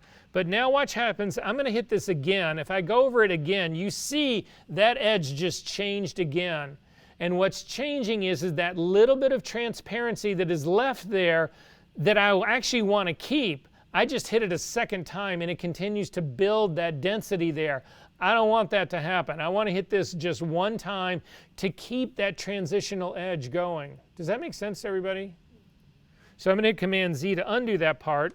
And then I'm also going to go close to the edge that's along her neck. It doesn't really need a lot. There is a little spill right there, so that part's pretty good. Again, I'm still working in my overlay. In the fingertips right here, I can actually take that back now to my normal brush. I don't need to worry about any of the other stuff. However, there's a spot that's right above her fingernail, and I'm not sure if that's background or highlight on the image. That is highlight on the image, so I know that needs to be black on my layer mask. So I'm going to change my brush from overlay back up to normal. Make sure that it is a completely hard brush. Mine is. And I'm going to knock that out and that out. There's also a little, there's some contamination that's up here that I didn't quite get. I'm going to then paint in her fingers. Stay away from the edges. That's going to be my motto. I've always looked for something to get tattooed, and I think stay away from the edges is what I'm going to go with. But then it becomes a question of where. I'm going to double click on the hand right now. We've done a pretty good job on this side over here. I'm going to go to the fingers that are on the other side, the fingers that are sort of touching her hand. And what I've got here is actually a really good situation because you can see I've got sort of an outline that are around her fingers that I should be able to exploit that are separating her fingers from the background. So I'm going to go to completely to an overlay brush. Again, I'm going to hit the B key again. I'm going to change this to overlay to actually protect those areas. And I'm going to go ahead and leave this as a completely hard brush. I'm going to make my brush a little bit smaller. And now all I really want to do is trace these lines. So I am going to overlap the lines of her fingers slightly. And as it comes down, once it comes down inside where it connects to her sweater, you don't need to worry about that much anymore. However, I've got a really solid black line on the outside edge right here, but I want a little bit more room to work with here. So I'm simply going to hit this a second time to give me a little bit heavier border. I'm going to do the same thing as we go up into her hair up in here. I've already got an edge right here. I do need an edge for the bottom of her other finger for the bottom of that fingertip pad. I've got good edges that are right here. However, I don't have a good edge on the side of her face, so I'm actually going to do the side of her face, including the area that's right down near her sweater. Now the sweater that's in the background, that little bit of sweater actually needs to go away. That's not part of the blue background. So I'm going to continue to simply work in that area. If I have to hit it a second time, I'm good with that. All of that part's fine. So this is working really good on the hand. The only thing that I'm really having a problem with though is her fingernail. And it's just this little point on her fingernail. I cannot get that with a brush. So I am going to hit the P key to get the pen tool, and I'm going to simply outline that little bit of fingernail using my pen tool that you guys now are masters of. And it's really just that little tip edge. Then I'm going to come all the way back around, connect my path, go to the path palette. Oh, and I've got a bunch of paths here as well, so let me get rid of all the saved paths. Mine's currently right now called work path. I'm going to double click on it to open up to be able to name this path, and I'm going to call it fingernail. And say OK. Hover over the icon of this path, hover over the thumbnail of it, hold down the Command key and click to load this as a selection. Go back to your layers palette. Again, I'm still working on this blue background here. I need a small amount of feathering in here. Jared and I were talking earlier. He was saying that when he was feathering his selections for the assignment, that he felt like it made things look a whole lot worse. And I said, well, it's probably because it's too heavily feathered. So if we come up to the Select menu and you come down to Modify and then down to Feather, you do not need to use whole numbers here. We can do, for instance, I'm going to do, instead of 2 pixels, I'm going to do a 0.25, which is 1/4 of a pixel feather, and say OK to that.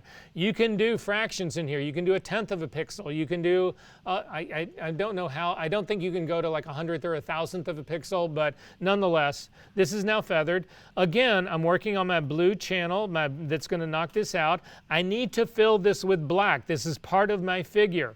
Black is my foreground color, so Option Delete on a Mac, Option Backspace on Windows will actually get rid of that. Command D to deselect. Now I've got some more work that I need to do, but I can get the rest of this with just a regular brush. The B key, change it to normal. Yes? Quarter of a pixel, 0.25. Back to a normal blending mode on your brush. Make sure that it is a completely hard brush. Again, guys, every time I change a tool, my eyes go up here to the options panel and I'm checking everything. It's just a habit that you need to get into.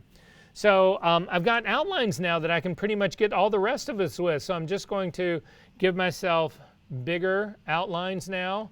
Make sure that you know what it is you're really painting. I can get all the fingernail. I can go down the edges down in here. When you're painting with your brush, periodically stop and if you're doing it on a tablet, lift it off. If you're doing it with a mouse, let go of your mouse. Because if you do all of this work and get the entire hand black and then you make one mistake, you've got to undo everything. So if you pause your breaks between, so I'm going to hit this and stop, I'm going to hit this and stop, I'm going to hit this and stop, then your undo is not as damaging as you might think it would ultimately be. I'm going to get rid of the rest of this hand. I'm going to get rid of all of this finger.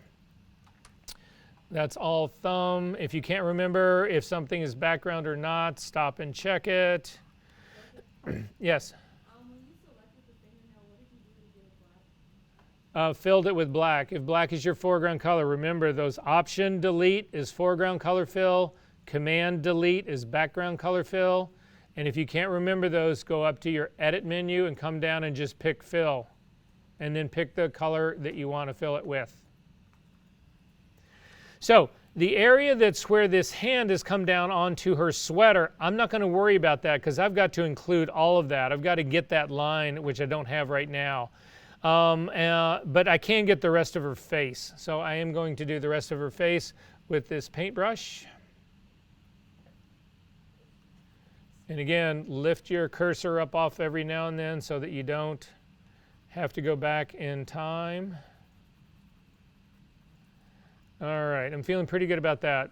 So now the last hurdle in all of this challenges in this is that top shoulder. How would you get the top shoulder? Pen tool would actually do it, but I can't see it right now. So if I did want to see it, I would simply come up here and click on the RGB version and then do the pen tool to actually get that, right? The problem I have with the pen tool is if you take a look at the top edge right here, if you zoom into it, you can see that this is a fuzzy sweater and I can't get the fuzz with the pen tool. I might be able to do pen tool and then do a refine edge on this. That might give it to me. But instead, I'm going to show you guys another trick. This is how I would go after it. I'm going to do the same thing I just did to build this initial one. I'm going to look for a channel that hopefully has separation for this shoulder. So I'm going to start with my red channel and I'm going to click on it. And this is the separation that I get. Sort of a medium tone background, a little bit lighter sweater. I'm going to go to my green. That's horrible. They're almost the exact same tone. And I'm going to go to the blue. And the blue is even worse. And because the blue is the problem that I've got. This is what I started with, was the blue one. So my red channel is going to give me my best separation. It's the most contrast between the sweater and the background. So I'm going to duplicate the red channel. Click on the red channel, drag it down to the little icon at the bottom of the channels palette that's a square with a plus in the middle. It will make a red copy. I'm going to double click on the red copy and I'm going to name this temporary shoulder. You guys need to really get in the habit of naming this stuff because I'm telling you, you can end up with hundreds of channels, you can end up with hundreds of layers, and if you haven't named any of this stuff, yeah, you can go in and eventually pick it all out, but you will hate your life for doing it. So just take the pain to do it now. Temp shoulder. And say okay to that. And then we're going to do the exact same trick that we've done all along. I'm going to go after the color sampler tool. I'm going to drop one. Okay, so again, where do you drop your sample? So everybody look at my screen up here. This area right here, you can see there's a little hump that's right here. This tone of sweater is lighter than this area that's in here. If I get this area that's lighter to go to white, this area here is still going to have tone in it. That's not going to work for me. However, if I color sample this part that's a little bit darker, the area that's lighter, once I get this darker area to white, the lighter area will have already gone to white. So I'm going to drop a sample point right here, and then I'm going to do again another one that's pretty far away from this to just make sure I don't have any of the fuzz or any of the sweater up in here. These are now my 2 sample points. So again, they're point number 3 and 4 on my list. This can keep going on.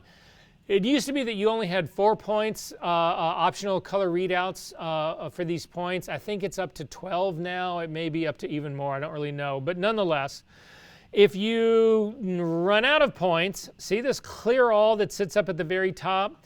If you click on that, it gets rid of all your points. Now, the points that we had for her hair to separate from the background, we've already used those, so we don't need them. However, so if you were running out of space here, for some reason you wanted to just start from point 1 and 2 again, you would simply hit the clear all. In our case, we don't need to worry about that. However, we do need RGB readouts, so I'm going to click on my eyedropper marked number 3 and say I want an RGB readout, and my point number 4 and say I want an RGB readout. And then again, I'm going to go to levels, Command L to bring up the levels dialog box. Now in this case, they're reversed. When we did the hair in the background, we started with our point that was closest to the left over here was our shadows or our dark points. In this case, it's reversed. These are our highlights right here. So I'm going to start with the highlight slider. I'm going to grab the highlight slider right underneath the histogram on the far right-hand side. I'm going to click that little triangle and start to drag it towards the middle, and I'm looking for the after readouts of my point number 3.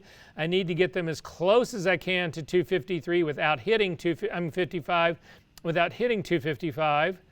If you hit 255, just back it off so that you start. So I'm stopping at a 248, and then I'm going to go to my arrow keys. I just hit the up arrow key, which moves me in the wrong direction. So I'm going to hit the down arrow key. That's now moving me towards 255. Just the least number of clicks you can to get to 255. Then I'm going to go after my shadow slider and drag it towards the middle. Get close to zeros, but not quite there. I'm at a 10 right now. I'm going to go to my arrow keys and start tapping in till I just hit 0.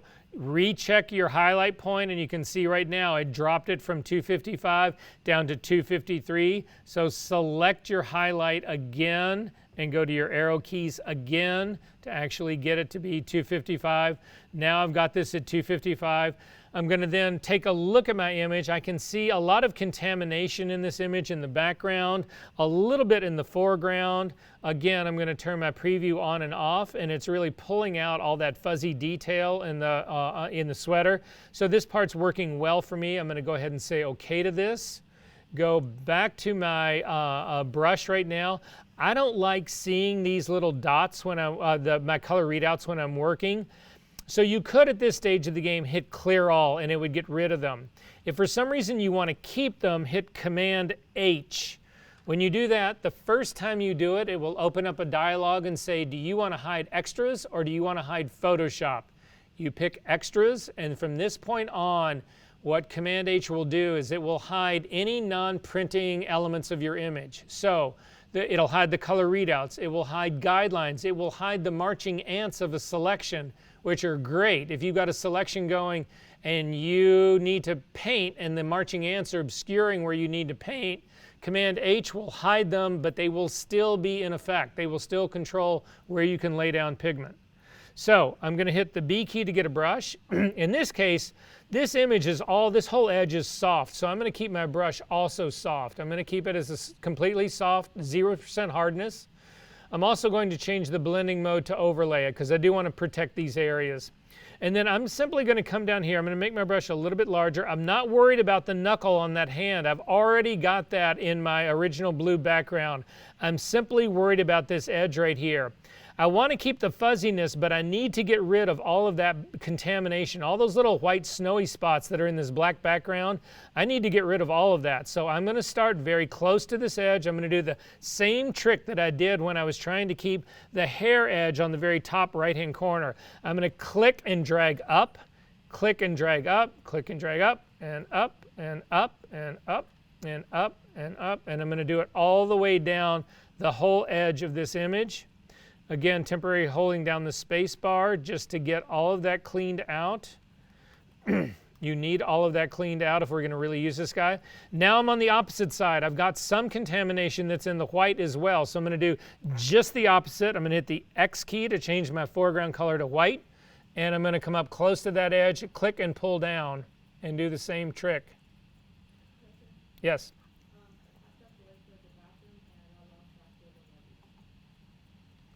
So where are you? I changed the sweater to 255. So you've gotten all that part done, right? No, not. Okay, you got your 2 points, right? I got this. Well, again, we're trying to get to 255 here, and 0's there. So grab that black point and drag a lot. And then back up.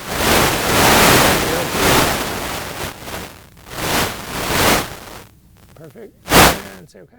And now we're just cleaning up this edge. So hit a B key to get a brush. Make sure that it's completely soft brush. All the way down. And change the blending mode to overlay. And then we're just clicking down here and dragging up to get rid of, see all this contamination? So really you're just clicking and dragging up, click and drag up, click and drag up, click and drag up, yeah. Okay. So just moving forward, you guys will be much happier if you bring your tablets. Yes? Jared, did you have something? No. Okay. All right, so I've cleaned up this whole edge part right here. So this guy's actually working well for me now. So now I want to exploit this. I need to then add this area to my original blue background. This was the whole point of doing all of this. So you need to think about it this way. In a layer mask, where it is black conceals, white reveals. But when you load this as a selection, it works the very same way. Anything that is pure white will allow you to do whatever you're doing. So I'm going to be painting, and it will allow all the paint to go down. Wherever it's black will be protected. There will be no paint that goes down where it's black. And any in-between shade of gray will allow a partial delivery of pigment, which gives me transparency. So to see what I mean by that, we are going to go back over to our layers palette. Just click on your layers palette. I'm going to add a blank new layer on the very top and turn off the eyeball for everything else. So I've just got a blank layer that's sitting up on the top. I'm going to come over and I'm going to load my temporary shoulder as a selection. Do not select temporary shoulder. Simply hover over the thumbnail, hold down the Command key or Control key if you're on Windows. Click, it loads it as a selection. You can see you've got the marching ants. If we then take the B key to get a brush, change your blending mode to normal. It doesn't matter now whether your brush is hard or soft, because the selection is going to control where you actually can lay pigment down. Now if we take a look at the selection at this temporary shoulder that we just made, if you click on its eyeball, you'll see that it actually gives you this red overlay. This is actually taken, this is from an old way that things you used to work. In the days before digital, when you were doing masking work like this, you would work on a piece of transparent acetate that had a cover of red lacquer on it. And the cover of red lacquer worked like a safe light in a dark room. The red would actually protect anything, and if you were to then cut the red lacquer and remove the lacquer itself, it would work like a negative. Then it would allow light to go through it. So it was a way to actually, they called it stripping. It was a way to strip stuff together. That's where this red comes from. What it's really showing you is the area of this image that's actually black. To see what that looks like, if you come over to your shoulder, your temporary channel, and click on it, turn off the eyeball, hit Command D to deselect, come back and click on the shoulder. Actually, you need to turn on your virgin and then click on the, click on the shoulder. You can see this area that's on the top is black. The area down on the bottom is actually white. So I'm going to load this as a selection again. Command click loads it as a selection. I'm going to come over to my layer number 1 right now. I'm going to turn off the eyeball just so that you can see what we're doing. Black is my foreground color. I've got a normal brush set to a normal blending mode, 100% opacity, 100% flow, and I'm just going to start to paint across this. And you can see what it's doing is Where the image was white, where I loaded it, it's allowing all of that ink to go down. It's painting it completely black. The transition, that fuzzy edge up in here, you can see it's actually keeping it, it's a sort of in-between shades of gray, which are giving me that softer opacity. And then the area that's on the top is completely protected. It's not laying down any ink at all. Did that work for everybody? Is this making sense to everybody?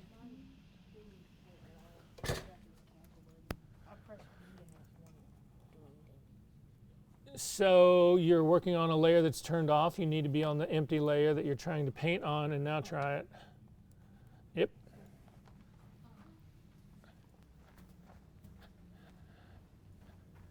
What channel are you on? So I just clicked the bottom channel to see it, but that part doesn't matter right now. You were just painting this part over here to see what it's like.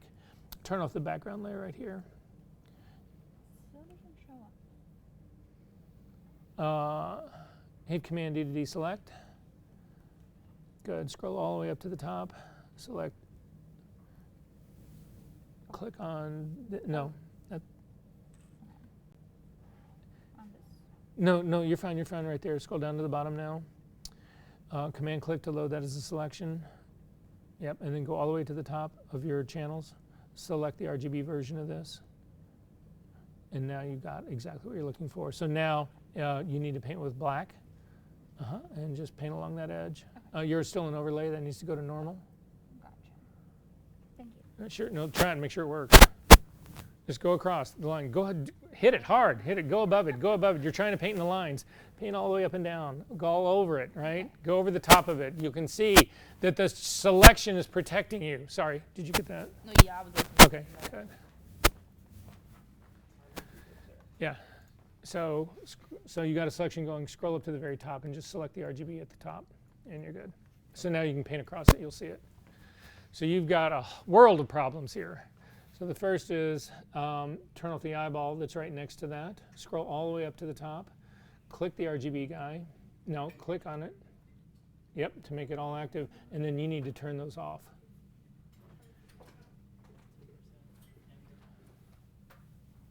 Scroll down again. You've got another eyeball on. Scroll up a little bit. It's the eyeball. Turn that eyeball on. Both of them off. Both off. Yeah. So then hover over the thumbnail. Do not pick this. Just hover over the thumbnail. Command click on it to load it as a selection. Yeah, I think my selection is. You think it's what? I think my selection is off. Then it got moved.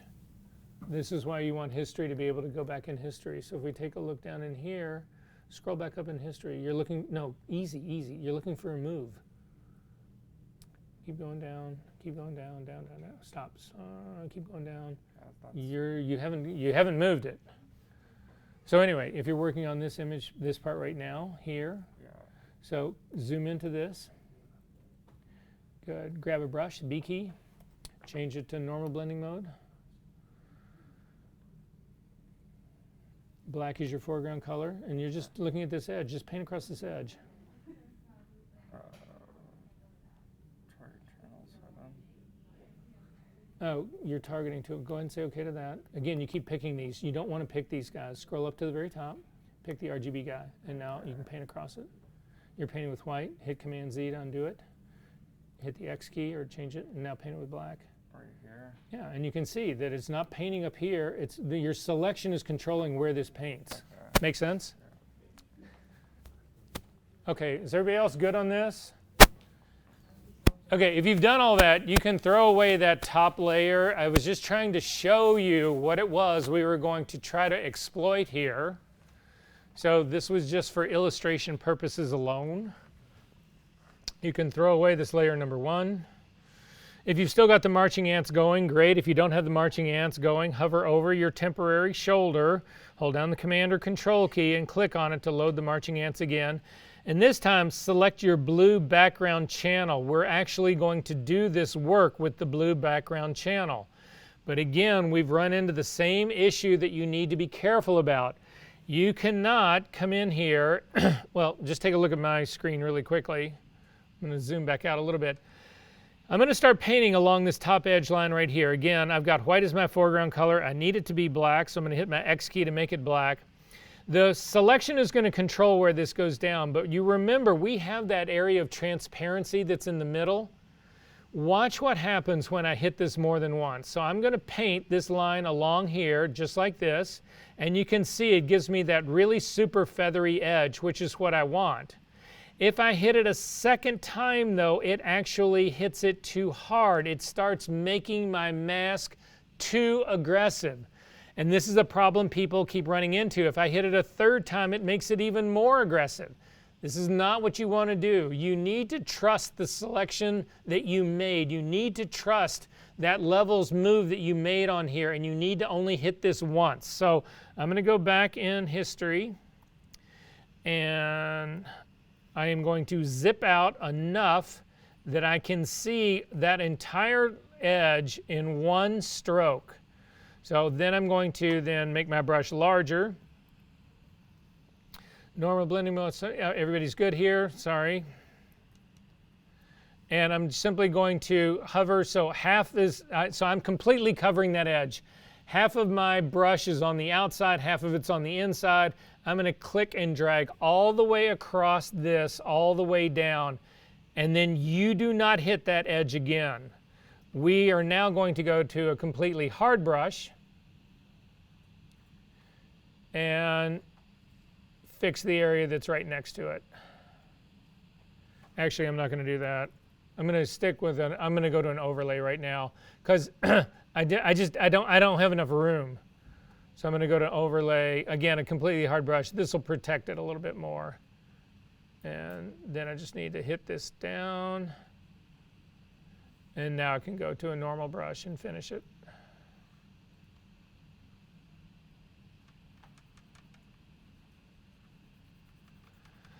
Once you get the edge done, hit Command D to deselect because you can't paint outside of that selection. So in order to get the rest of the hand, you can't have that active selection going.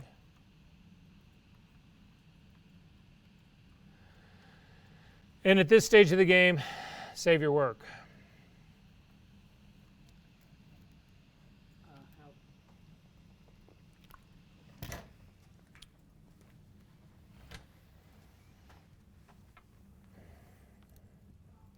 So go back in history, let's see where all of this happened. Oh, all right. So hit Command Z to undo that. Command D to deselect. Let's go take a look at your temporary shoulder. Yeah, you have all of this, none of this got cleaned out. You never did your white adjustment for your levels. So again, this is on that white area I told you not to go to. You needed to be on this area. You can fix it though. This is still good. So hit the color sampler tool, click on this guy and move it into the darker area. Right. Yeah, but that didn't pick up any tone. Hit cancel, make sure that this is selected. Click and move that guy even. Oh, I'm sorry, you did change your numbers. You're up here in the ones. Okay, so you can do it now. Command L. Good, and then this needs to go to 255. It's a big move. We're going the wrong direction.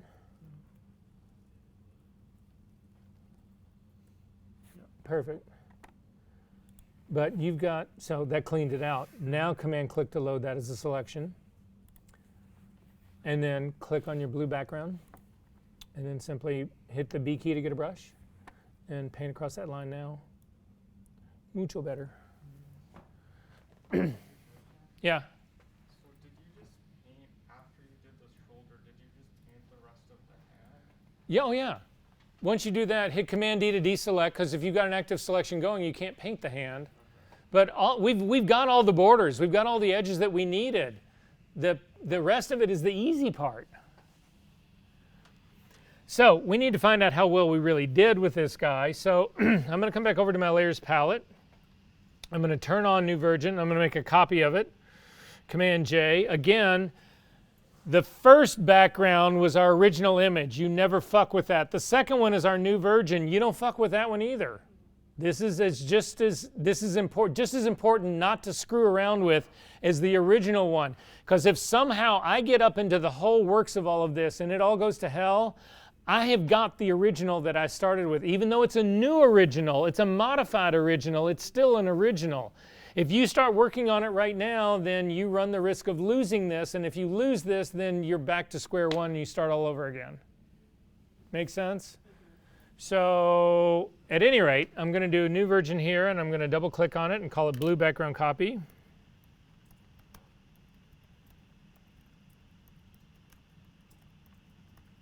And say OK to that. And we'll find out how well we did. The temporary shoulder that you've got in the channels palette is temporary. It's done its job. Get rid of it. You do not want extraneous shit laying around. You only want the things that really matter in the end. So I'm going to simply drag it to the trash and throw it away. It's done everything I needed it to do. I'm going to then load the blue background. However, you can load it now and apply it, but you need to realize that right now, if I use this mask right now, is it going to show the background or hide the background? It's going to show because the background in this mask is white and the figure is black. That's what I want, right? This is my blue background knockout. So that's what I'm going to do. I'm going to command click to load this as a selection, come over to my blue background. It's called copy, but I'm going to get rid of that copy, the word copy, and simply add layer mask. Now in this case, you can't see anything because you've got the new version copy underneath it is on, but if you turn it off, you can see that this is your blue background. Things look hunky-dory. I'm going to zoom in to this edge, and again, I have a problem seeing just how good that edge quality is. Did I keep enough background? Did I keep enough hair? What's really going on here? It's really hard for me to, again, tell this in the negative. So simply make sure that your layer mask is active. You've got the brackets around it. Hit Command-I to invert it. And then you can really see the quality of this mask, how good the hair actually got in there, how good it removed that part. And it's actually did an extremely good job of digging all this part out. So this part actually looks good to me, and I'm off to the races. So I'm going to invert it back again so that it actually is doing what it's supposed to do, and that's showing the blue background and hiding everything else. Wait, what?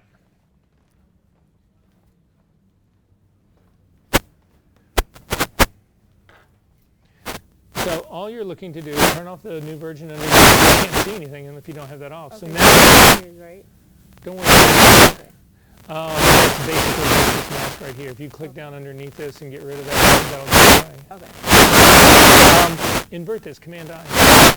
And then you can see the quality of that edge. It's really hard to see when you're only looking at the negative. If I was to invert this mask and all of a sudden you see huge chunks of blue that are in here that don't belong in here, that would be a problem. It's just a way to see it. You can also hold down your Option key. I need everybody to do this and click on the mask. This shows you the big version of the mask. And you can zoom in here and you can start to spot, is there anything that I missed in here? Look at this, at my screen. I missed this right up at the very top. That is not, those are highlights on the hair. I missed this. I never in a million years would have known I missed this if I didn't look at the mask by itself. So I can continue to work on this exactly as it is, hit the B key to get a brush. Black is my foreground color, and I'm just going to fix that part. And I'm going to take a look around the rest of it, and everybody else is looking pretty good. I'm just holding down the space bar and zipping around to make sure everything looks pretty good in my image. A lot of times you'll pick up like catch lights and eyes that have escaped all of this, but nonetheless, so that's actually pretty good for me right now. And then to see the image again, just click on the on the pixel content. Are we good on this part? Okay. I'm not going to do the sweater. I'll just tell you how to do the sweater. The easiest way that I've found to do the sweater is, again, I'm going to turn the eyeball off for the blue background. I'm going to turn on my new version again. So I've turned off blue background. I've turned on new version. I've got it, the eyeball on. It's selected. I'm going to make another copy of this. Command J will make a copy of it. I'm going to drag this layer on top of my blue background just because I like to work at the very top of my layer stack. Not that you can't do this work anywhere because you've got this thing turned off. The eyeball's turned off. For practical purposes, it doesn't exist until you turn the eyeball on. I'm going to double click on this and I'm going to call it sweater.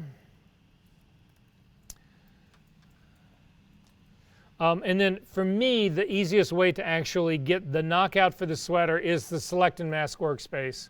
So turn the new version off. You need everybody off to really be able to spot this in the Select and Mask workspace. Come up to the Select menu, down to Select and Mask. And then you'll get the ghosting on it. Make sure that your view is set to onion skin. Make sure that your transparency is at 50% or thereabouts. And then again, you would select the quick selection tool, make it a little bit larger. Sorry, that actually committed it. And start to select the, the whole part of the, the sweater, that kind of stuff, whatever. Go in and use the second tool down to refine the edges. Sometimes it works well, sometimes it doesn't work well. Just because you've got the tool and it says you can refine the edge doesn't mean that it'll do a good job of it. So for instance, if I zoom in here and take a look at her wrists right here, that actually picked it up already pretty well. I'm going to add more to this right here. So this is a pretty good edge right here, this sort of like scalloped edge part that I see right here. Some people might feel like, and it's true to a certain extent, that it should have a little bit more scalloping in it. So you could go to the Refine Edge tool, the next one down, and run it across this edge and see what happens. But in my opinion, that actually makes it worse. So I'm going to hit Command Z to undo that because it's worse. Just because you've got the Refine tool doesn't mean you should use it. You need to be judicious about this. So I'm going to cancel out of here because you guys can do this on your own. That's your homework. What really becomes the issue here is the skin and the hair. So we're going to go after one of those. We're not going to go after both, and we're just going to, we'll take it from there. I'll show you another quick trick about how to do that part. So to do the skin, I'm going to rename this layer skin instead of sweater. Again, we've got other things I want to do today. I'm not going to spend all of this doing our homework. So I'm going to go ahead and do skin in this, and I'm also going to use Select and Mask to actually do the skin. So I'm going to come up to the Select menu and come down to Select and Mask. Again, because I've got everybody turned off except for this layer is when you get the ghosting part. And I'm going to try to select her skin. So I'm just using the quick selection tool.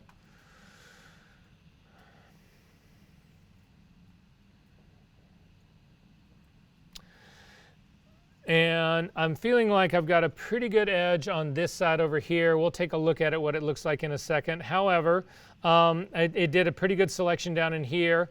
I'm going to make my tool smaller, hold down the Option key to hopefully subtract the blue background that's right behind it and the blue background that's on here plus the sweater. I may have to go in and refine that using a pen tool in a little bit. We'll see what that's like. But I also need to remove this whole selection part that's over here, the hair part that's over in here. I'm not going to worry too much about the hair that's down. Oh, actually, I need to remove all the hair. So what am I talking about? So again, still holding down the Option key, I'm going to come up here, drag up, and try to remove the hair. And I'm also going to do the stuff that's right at the very top of her forehead as well. So that's where I'm at right now. This looks awfully chunky to me, chunkier than I would actually like it to be. So I'm going to go to the next tool down, which is the Refine Edge tool. And I'm simply going to run it down along this edge. And again, one of the advantages that I have now is that I have got that all that hair, all that skin that was showing in between, I've covered all that up. I don't have that anymore. I don't need to worry about that. I'm going to continue to come down here and try to knock out the rest of this. You'll see that when I did that, it actually screwed up part of the skin that's right here on her hand. So to fix that, you can go to the next tool down, which is just a normal brush. And in this normal brush, I can actually fill that part all back in. So I'm just painting that part in. So again, this is just painting. Now I can do the same thing with her, her eyebrow, because I know that that eyebrow needs to go in like that. Again, it's actually picked up part of her hair right here that I didn't want to pick up. So if I hold down the Option key using the paintbrush, I get the opposite paintbrush and I can put that part back in. So this actually gives me a beginning here. I'm going to use, again, I'm going to go back to my Refine Edge tool and run it across the top of her head right here and say, do I like that better or not? If you hit Command Z, it undoes it. Command Z again will redo it. I sort of like what's happening on this side over here, but I don't like where it intersects the edge of the hair over here. I'm going to see what happens if I run this down on this whole edge to see whether I like that better. Command Z will undo it. Command Z brings it back. I actually like this better before it got refined, so I don't want that part. Again, you can actually say you want to show the edge by clicking on Show Edge right here, and this is where that tool is actually being used. I don't like the way it actually did this part of her, the top part of her head right here. So again, I've got the Refine Edge selected. If you hold down the Option key, you can erase it from this area right here, just like we did with the castle. Then uncheck Show Edge. I've got a pretty hard line that's right there, so I'm just going to tap on that to try to soften that line a little bit. I don't like what's going on there at all, so I'm going to go to my harder brush and get undo. Hold down the Option key and just get rid of that part altogether. And this is feeling about as good as I'm going to get here. I don't have the eyeball selected. When I said select the skin, you could, if you eliminated the eyeballs and you eliminated the teeth, that's fine. If you included it, that's fine. I didn't really care about that part. But I am going to add the eyeball to this. So again, I've got just the regular brush selected. So this is becoming reasonably good for me. So this is what I'm actually going to go with to try to get this, to go ahead and build this selection. I'm not going to use any of the other selection tools down here. You could try to click on Object Aware and see if that changes the edge and you like it better. In my case, I don't see any shift between Object Aware and Color Aware, so I'm going to go ahead and say OK to this. It now gives me a selection that I'm then simply going to apply to the skin layer. So I'm going to click on Apply Layer Mask. And this is now showing me basically what I've got in here. A couple of things that I'm having a problem with. Jared, was there a question? No. OK. I'm having a problem with the fingers that are all sitting right over here. So again, I could go up to the top of my RGB version. I'm going to select the RGB version. I'm going to turn this off and turn on my new version so I can see where those fingers are really supposed to be. Grab the pen tool and actually draw this line out for the finger that I missed that's underneath all of this. Come over here. I'm just going to do a really quick version of this. You guys get where this is all going. I'm going to come back up again. And this is the edge that I wanted. I'm going to click on it. I'm going to then double click on the work path. I'm going to just leave it called path number 1. Otherwise, I would name this. Command click to load this as a selection. I'm going to again go up to feather this, modify, feather. I'm going to leave in my quarter, my 0.3 pixel. I'm going to say OK to that. Go back to my layer. It's the skin mask that's up at the very top. This is what needs to be. This is part of her skin right here. So in my layer mask right now, this is black. I need this to be white. White is my background color. Command delete gives me that because I just did it to my pixel layer, not to my layer mask. Command Z to undo that. Select the layer mask. And then again, I need to fill this with white so that the skin shows. White is my background color. Command delete shows it. Command D to deselect. This is how you would go in and refine your mask. In terms of the area that's on the side over here, I think this is a reasonably good edge. However, I've got some stuff right here I think I could refine a little bit more, especially near her hand right here. So selecting my mask, I'm working on the mask. I'm going to hit the B key to get a brush. I'm going to change it to an overlay brush. I'm going to make it a soft brush, about a medium soft brush. We'll see how that part goes. And then I'm simply going to use, again, this area that is skin is on my mask is white. So I'm going to paint with white in this area to try to get a little bit more density to show a little bit more of that darker skin that's underneath it. So I'm going to hit the X key to give me white to show more. And I'm simply going to start to come in. And you can see that was way too hard. That hit this thing just like bam, hit this, whoo, complete with sound effects. I'm going to hit Command Z to undo that. I'm going to change my brush to an even softer brush. And I'm also going to drop my opacity down to like 25%. And then I'm going to go after this again. And I'm going to start to work in here. And now I'm just scrubbing across it repeatedly. Lift your cursor up off your pad to start it all to work again. I can hit this in a little bit more like that. and I'm feeling pretty good about that. I'm going to do the same thing at the very top, although I think I can go back up to a completely 100% opacity to get the top going. I feel good about that. And this other edge, I want to actually stroke along it to bring in a little bit more of that shadow. That part will actually work for me right there. And then you're off to the races. Does this all make sense? Can you just repeat that last part? Because when I like paint over it, nothing's happening. So are you working on your layer mask? Yes. And you're working with an overlay brush? Yes. And your opacity is set to 100% and 100% flow? And your white is your foreground color? Yeah. Okay, and then your, yeah, there you go. It's what it'll get you every time.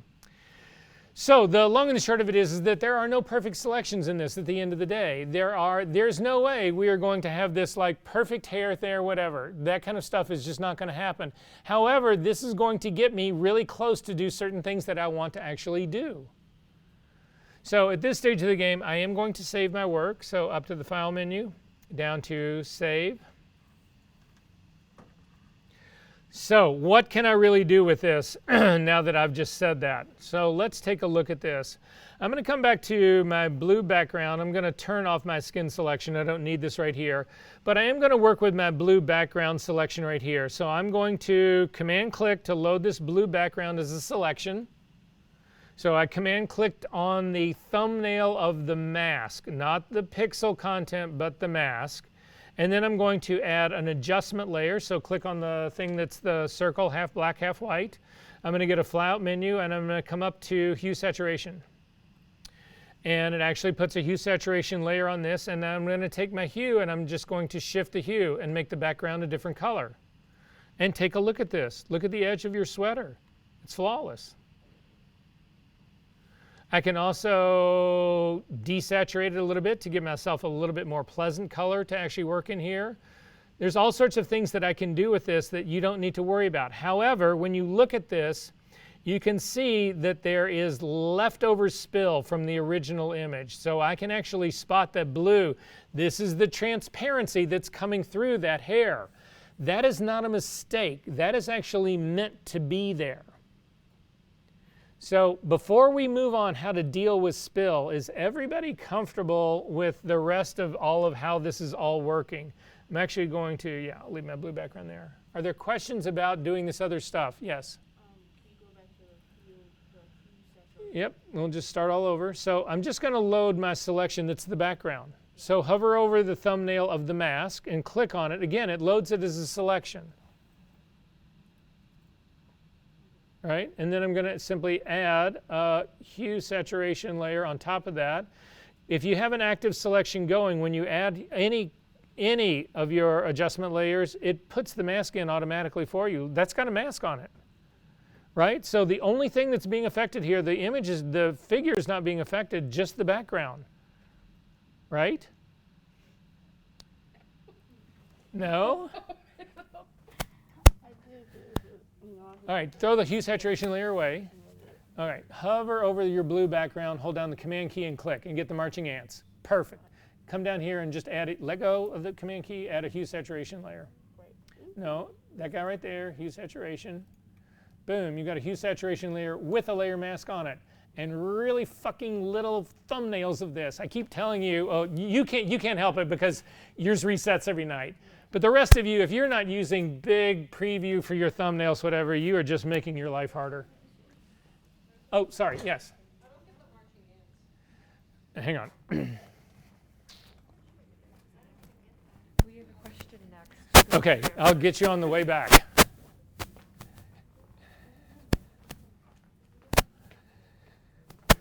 Okay, so first select the mask, and then hovering over it, and now do your control click on the thumbnail. Whoa, go back, yeah. Okay. Okay, now you got the marching ants, right? Yeah. And now you can add a hue saturation layer, and when you do that, it puts automatically a selection becomes a mask, and then now you're just shifting it. Oh, okay. Yeah. Jared, are you okay? Okay. Yes. So we just want to make sure we really understand. So is that line, are we supposed to like leave it in there or go Yes. back in and clean it up? No, you're supposed to leave it. Okay. Yeah. Okay, I just It's wanted meant to make be sure. there. Okay, that's what I thought you said, but I was like, I don't want to like. No, you're not. It's meant to be there. Okay, yeah, you're Yeah, good. we weren't sure. Yeah. Okay, so is everybody good on this part? Okay. So your assignment for this is to then you need to do the sweater knockout, and then you need to do the we've got the skin already done. You need to do the sweater knockout, and then the final one is that you need to do the hair, right? So let me show you a trick about doing the hair. So if you've got, there's 4 elements to this image. There is there's the background, the sweater, the skin, and the hair. If you get 3 of them done, you can then use those 3 to build the final one. And this is what I mean. So right now I've got 2 of the 3. We're not going to be able to do the last one, but I'll just show you how to do it here really quickly. I'm going to throw away my hue saturation. We're not going to use that. So I've got the skin and I've got the blue background. So what I'm going to do is I'm going to come over here to my channels palette, and I'm going to simply create a blank new channel. Just click on the square with a little plus in the middle. It'll add a blank channel. This is now an alpha channel, and it will be in black. If it for some reason comes in white, just make it black. Either fill it with black or invert it. Doesn't matter what you do, right?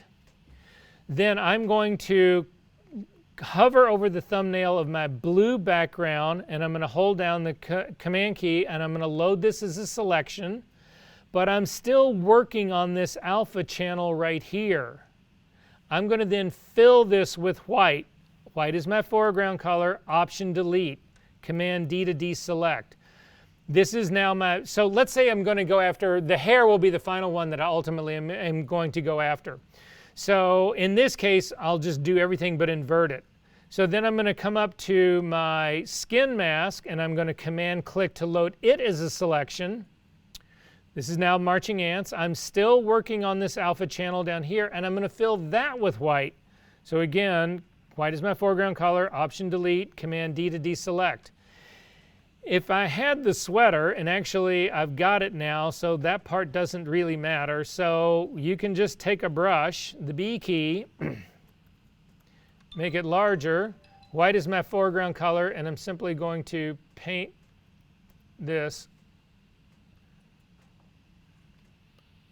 Oh, I've got it, my brush is set to overlay, sorry. Your brush set to normal, make it a completely hard brush.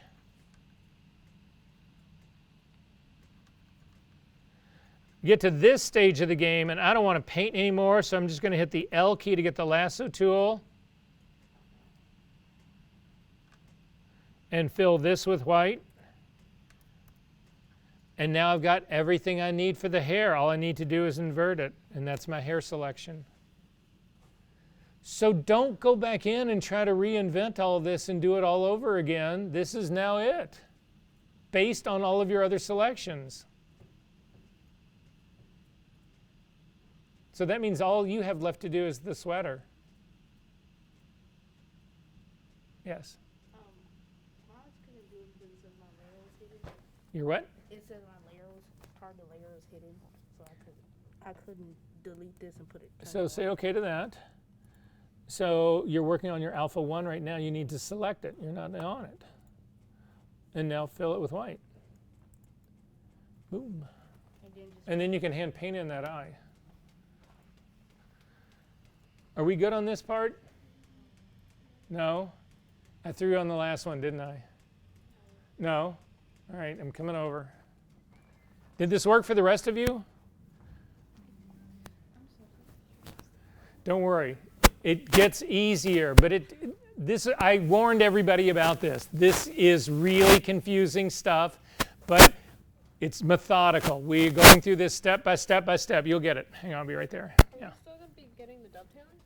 Oh yeah, absolutely. Wait till you see when we put the hair together with the, because again, the dovetailing is based on those transparent edges, and so you can't avoid it. Now, you'll see, I'll put mine together here. I'll show you what the hair looks like with the skin. So I got this part, but then I didn't get that next part. Okay, so then you need to find where you did the face, the skin. This one? Well, but that's not the skin. No, that's the skin. Skin. Command click to load it, Okay. and then scroll back down to your alpha 1. You're still on it, and just fill this with white. So, Again, white is your background color now, so no, that's command delete. You just hit X on that. So now it's option delete. oh. You're option you keep hitting it back and forth. So right now you want to fill with white. Yeah. Hold down the command key Okay. and hit delete. Okay. Done. Yeah. Command D to deselect.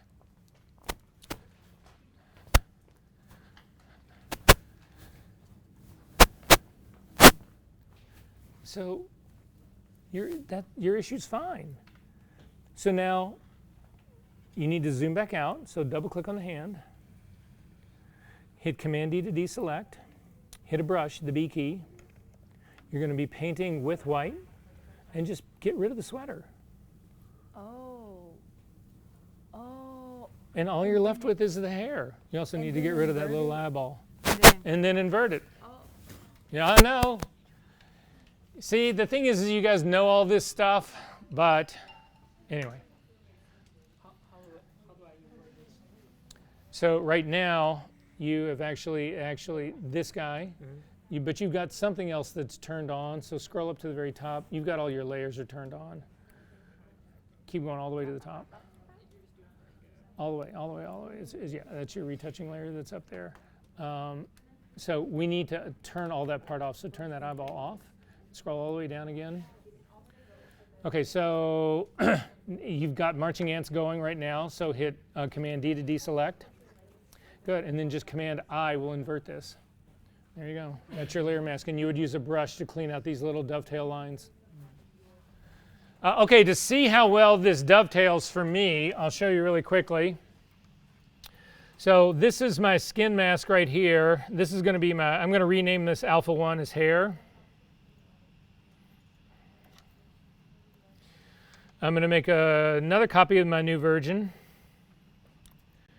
Drag it all the way to the top. Double click on it and call it hair. And say OK to that. And then over to my hair mask, hold down the command key and hover over it to load it as a selection. Come back and add a layer mask to it. Turn off all of my two versions at the very bottom. And these are the two images that I've actually got going right here. And you can see this is what the dovetail issue looks like right here along this part of my mask right here. Not ideal, but this is the part that I can show you here at the very end. So I'm going to load the hair as a selection. Command click to load that as a selection. And I'm going to put a hue saturation layer on that and call it hair. And say OK. I'm going to do the same thing with the skin. I'm going to command click to load that as a selection and do another hue saturation layer and call it skin. I'm going to turn off everybody except for my new version. No, actually I'll do one more. Command click to load my background as a selection and add another hue saturation layer on top of that. Call it background. And say OK to that. Turn all of those on. Turn everybody off except for the new version that sits up at the very top. So now I've got my background control, and I want my background to be more turquoise. And I've got my skin control, and I want her skin to actually be less saturated. And I've got my hair, and I want her hair to be actually more red.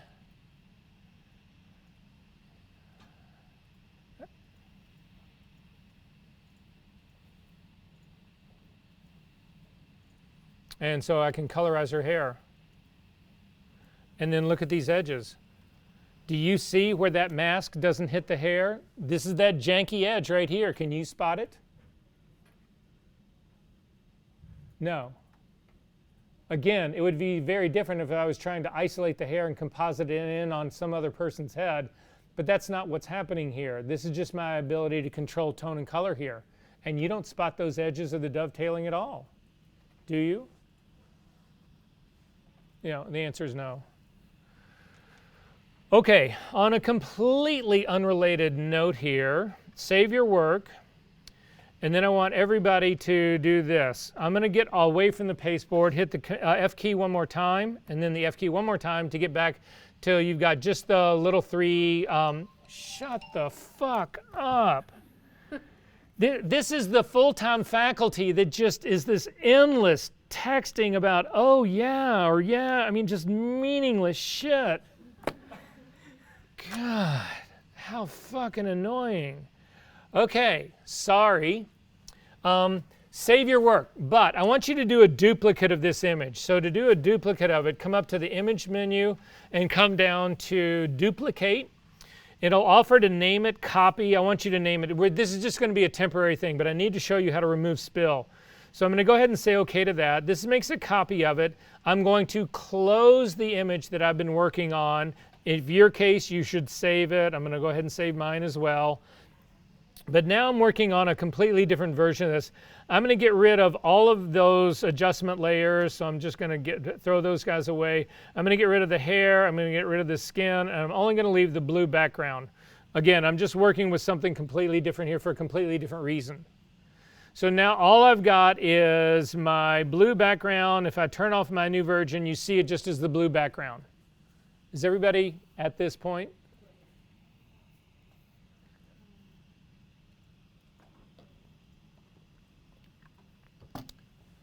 Are we good?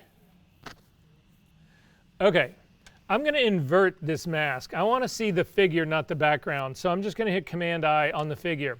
And you can see it actually puts it on a transparent background. But I want to put this girl on a white background. So I'm going to select the new version underneath it. So again, this blue background is my very top. Actually, I'm going to click on it and rename it, and we'll just call it Subject.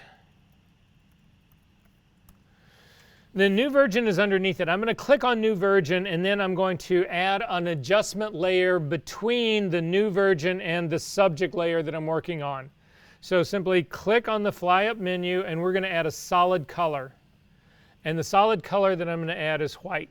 So just type across the red value, put in 255, hit the tab key, 255 for the green, tab key, 255 for the blue. How did I do what? I clicked on Add Adjustment Layer and picked Solid Color. Are you good? Was it selected on a specific layer? So we're just trying to put this. It doesn't matter where you put it, because you can move it. So come up and hit Solid Color. Good, and then we're going to type in 255, 255, 255, or just come over here and click on that little white patch with your eyedropper tool, and you're good. Hit OK. Good, and now we're ready to go. Okay. Okay, but you can see the problem with this. This is what we call spill. If you take a look at her hair on this side, you can actually see, if I zoom in, you can see there's a blue tint to this. And if she was, 75 years old, and they don't still do that shit anymore, do they? Do they do, it's like that bluing shampoo? It does? Oh, it's horrible, right? Well, anyway, this looks like a bad version of that. It was a very subtle but bad version of that. At any rate, I need to fix this. So again, I'm going to turn this neutral. A lot of times if we had a different color background, you would probably reintroduce the spill that you had. So for instance, if we double click on the solid color layer right here, and let's say we make this, well, I'm just going to put in a 0 for the red. It'll actually give us cyan on the background. In this case, it's really close to what we had, so that's not going to work. Let's try. I'm going to double click again. In this case, we'll make the red 255, the green 0. Yeah, no. Let's leave the green at 255. And we'll do 0 for the blue. We'll make it a yellow background. So in this case, you can actually still see the blue in it. In this case, instead of making the spill, that's what it's called, the same color as her hair, you would probably reintroduce yellow as the color, because again, it would be the spill coming through. But in our case, I'm not going to do that. I'm simply going to go back in time to where she's on a white background.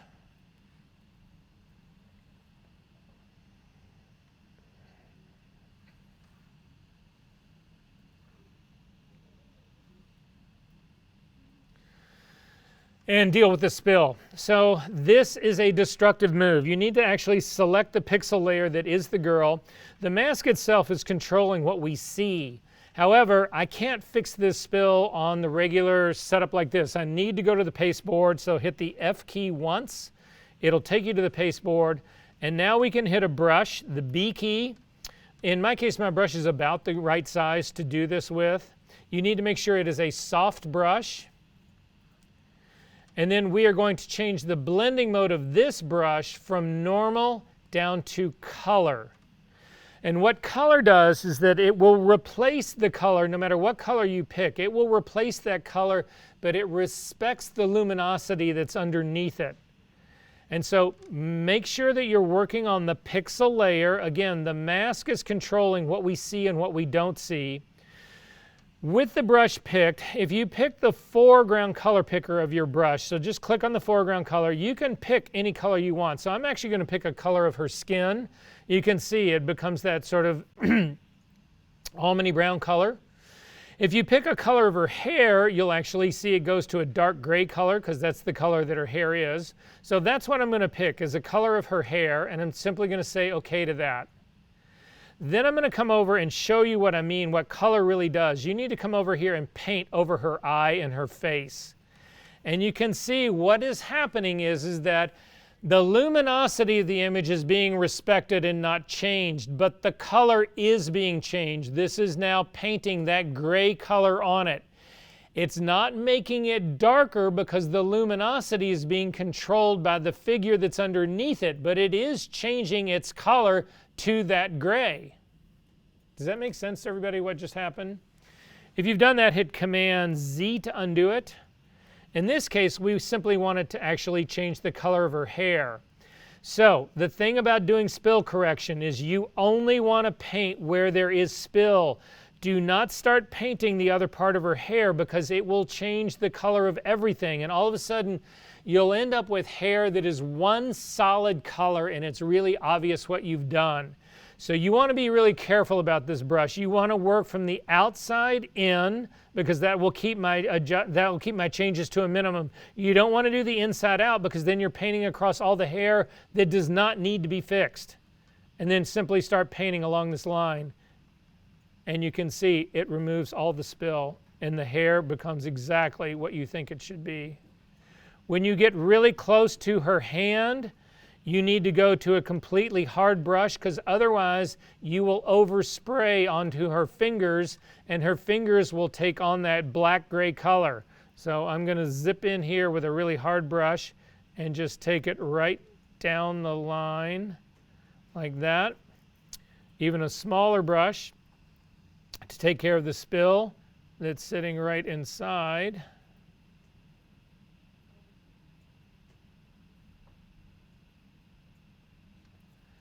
And then finally, there's spill on the other side as well. I'm just going to run up along the edge.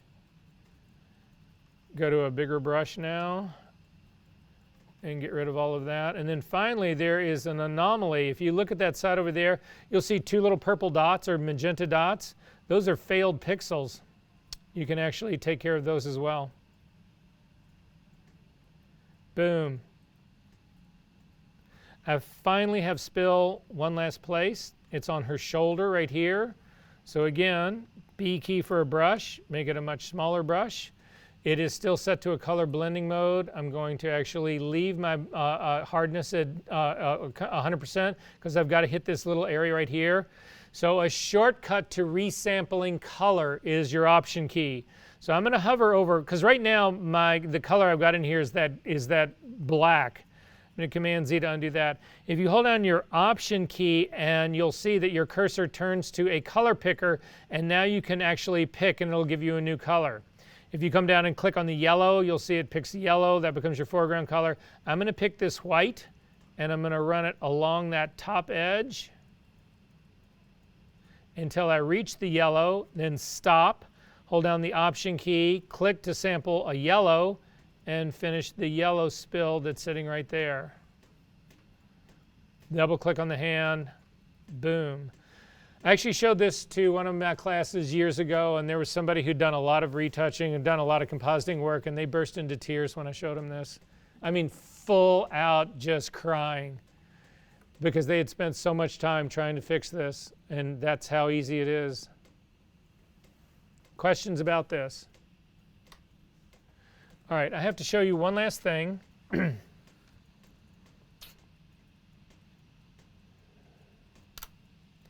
Actually, I have to show you two last things, but we don't have time for both. This is a duplicate. You can hit the F key to go to the black pasteboard, the F key one more time, and then you can close it up. You do not need to save this because you did make a duplicate of it. This was just to show you how to remove spill, so you don't need to save that guy. If you did all that work on one, good luck.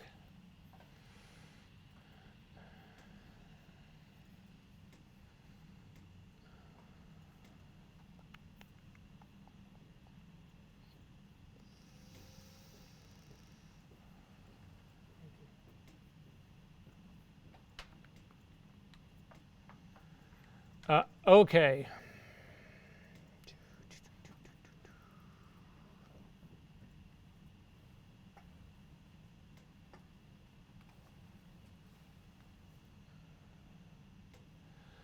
Let's see if we can't get this 9 minutes. All right, we're going to go for it.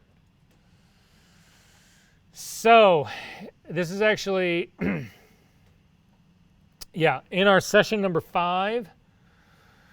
In your folder, there is another folder called 2010085-815_VR_urban_02. If you look inside that folder, there are 2 CR2 files. One of it is a girl on green screen with a card. The other is a girl on green screen without the card. You need to open both of them. So I'm going to select the top one. Can everybody find these 2 files? Say what? So in your session number 5, it's in this folder called 2010085. It's inside that. Find it?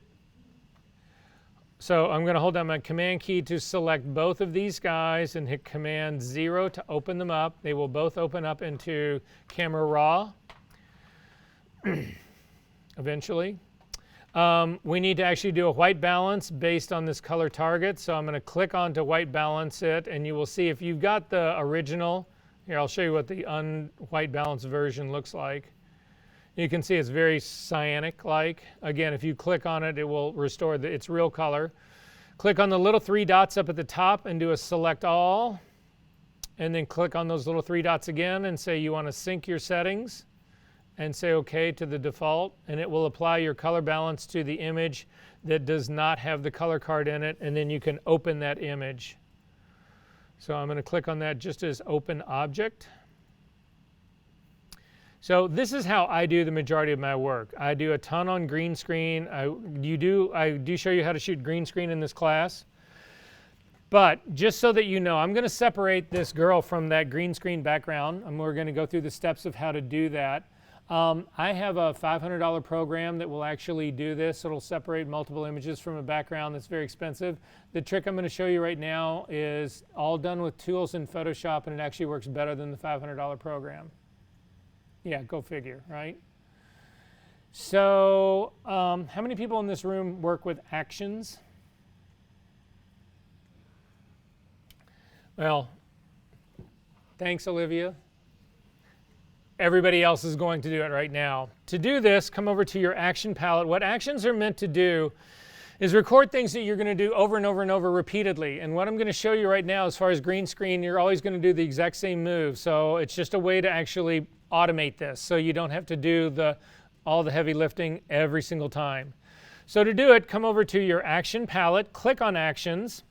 There is a flyout menu to the right of that. Click on that and come out, and you're just going to do New Action. You're going to just pick New Action. And I want you to name this new action Zero Selective Color. Zero SEL. I don't type the whole thing out. So Zero SEL Color. It stands for Zero Selective Color. Now, if you've never used actions before, your only set of actions is going to be in your default actions. So you're just going to come over and hit the record button. And what Photoshop will do now is it will watch everything that you do, and it will record those steps, and it'll build it into an action, and it'll do it from now on for you. So to do the action, to actually separate this background, come over to your image. We're going to add an adjustment layer. So click on the Add Adjustment Layers, and the first one we're going to add is Hue Saturation. We're going to come right back down and we're going to add a second adjustment layer. The second adjustment layer, again, click on the same thing, that we're going to add is Selective Color. With Selective Color up in your Properties panel, you should have something that looks like this, Selective Color, and it says Default. Everybody good on this? So the only slider we're going to move on this is the black slider. You don't move any of these other sliders. We can talk a lot later about what Selective Color was really used for. It was not designed to do this, but this works really well. With the red drop down selected, you want to grab your black point at the very bottom and drag it all the way to the right. And what we've just done is said to Photoshop, we want you to take anything that you consider red in this image and fill it with black ink. You also need to make sure that the absolute radio button is selected on this dialog box. Then go to your drop-down menu and come down to Yellows, the very next one. Grab the black point slider and drag it all the way to the right. It's not a black point, it's actually a black ink slider. Go to your greens, grab the black slider and drag it all the way to the right. The cyans, black slider all the way to the right. Blues, all black slider all the way to the right. Magentas, black slider all the way to the right. Whites, which are your highlights, all the way to the right. Neutrals, which are your midtones, all the way to the right. And then finally the blacks, all the way to the right. And you should have a black image. Everybody have this? Then come back over to your Actions palette, and if you look down at the bottom, you'll see there's a little red dot. That's telling you you are recording. You want to click on the square just to the left of it, and it will stop the recording. To find out if your action actually worked, throw away your adjustment layers. Come over to your Actions palette. You need to select the action that you want to run. There's a drop-down triangle next to it. Do not open this up and start in the middle of this. You need to select the parent.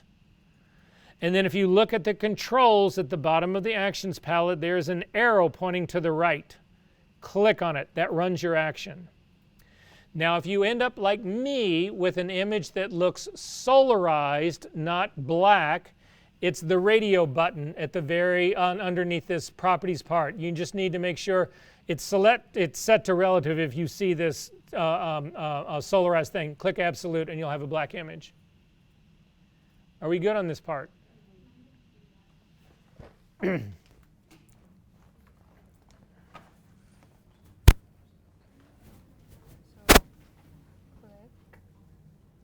So no, click on to run the action. The little, yeah, click on it. Boom. Okay. So now to exploit this, what you do is in the Selective Color, go back to your green channel, and instead of flooding this with black ink, we are going to do the negative. Now, the negative doesn't exist in the real world, and well, it kind of does. Basically, the negative of black is what? What's the opposite of black? So what I'm going to say now is I want to fill the areas of green with white ink. Grab that slider and drag it all the way to the other side, and look what you have. You have the beginnings of a mask that's infinitely better than the RGB channels that you were working with. It gets better. Select the Hue Saturation adjustment underneath it. Select the Targeting Adjustment tool, which is the double hand part. Come over onto your image. You'll get a little eyedropper. Click and drag to the right. You are now saturating that green background and therefore amping up the selective color, what's happening there. Does that make sense? Finally, you need to zoom into her hair. This is a problem that this is now gone, the hair has gone white. we've oversaturated this background too much. Grab that targeting adjustment tool, the little eyedropper, click on the background, and drag back in the opposite direction till that halo goes away. And you may have to come all the way back down to 0 saturation. So again, I'm going to zoom into here. This is all hair. You can't afford, sorry.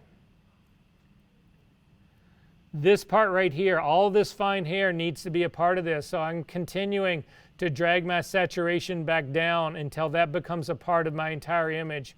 And so I can do it pretty much zeroed out at 0 saturation. Sometimes one of the images I've given you, this saturation works really well. In this case, it's not working out so well, but that's okay. This is still going to work. I'm going to double click on the hand. We now need to do the trick that we've always done. If you try to make a duplicate of your RGB channel, it won't make one, but if you click on your red channel, you'll actually see that this background gets slightly lighter. It doesn't matter which of the color channels you pick, whether it's the blue one, the green one, they're all identical because this is now a black and white image. So I'm going to just grab the blue slider, I'm going to drag it down to make a copy of it. I'm going to double click on it and call it Knockout 1. I just made a copy of the blue layer, the blue channel. That's all I did. Then you need to drop the saturation of that saturation layer. This saturation layer, you've got it cranked all the way up. No, it was in the middle, but it just wasn't doing anything. Like, scroll up. You don't have the RGB parts. Yeah, that RGB is selected. Scroll up the top. There's that part. Do you have selection going? Hit Command D to deselect. Good. Go back to the saturation. Crank it all the way up. Oh, you didn't use the targeting adjustment tool. is this right? No, it is not right. That's it, but that's not. You've picked reds, and that's a green background. So come up to your custom. Oh. Go all the way to the top. Actually, we need to undo this part. Throw this. Oh, fuck. Go to your reds right here. Completely desaturate. No, you had the reds. You need to desaturate those. That needs to be 0. Okay. Fine, close enough. Go to the targeting adjustment tool. Come over and click on the background. It's not picked, so pick it again. Now come over, click, and drag in that direction. This is actually pick cyans now. You're getting this drop-down menu because these are not greens. But it's actually nuking out. And you can just see that's a problem. So you need to zero that back out because you can't have that white. Okay. Okay, we're almost done, kids. Almost done. Really quickly, the same thing that we've been doing all along. Go to your color eyedropper. I'm going to put an eyedropper just on the background. You can put one on her body, but her body is pretty much gone to black. Change your readouts, and you'll see my readouts are really weird here. They're not solid here, and that's because I've got a hue saturation layer is selected, so my RGB readouts are not going to give me anything meaningful. You need to select the image. Now I've got meaningful RGB readouts. Command L to bring up the levels dialog box. The only thing I need to,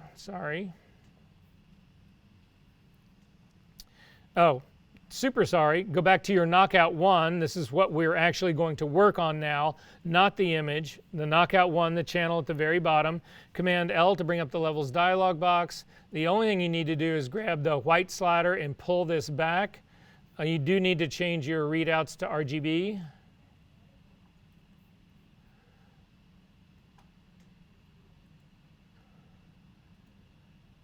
Get close to 255, stop, go to your arrow keys.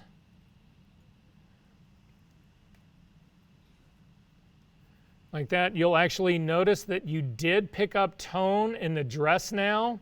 So if you hold down the Shift key, you can actually click on the slider that I put on her body and actually move that readout. And I'm going to move it over to where it's showing up on her shoulder, on her arm.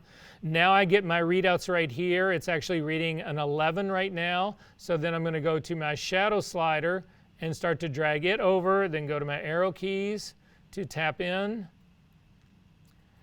And this is now where I'm at. I'm going to go ahead and say OK to this.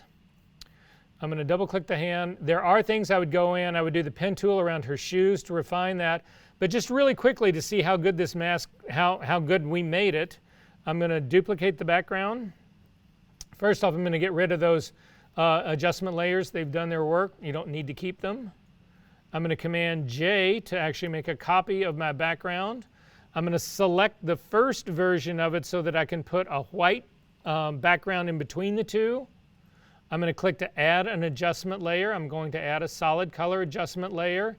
It is white. Take that back, it's yellow. I'm going to make it white and say OK. And then finally, I'm going to select that top layer. I'm going to Command click to load my layout as a selection.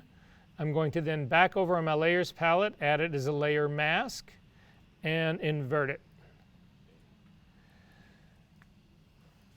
Boom, lacka lacka.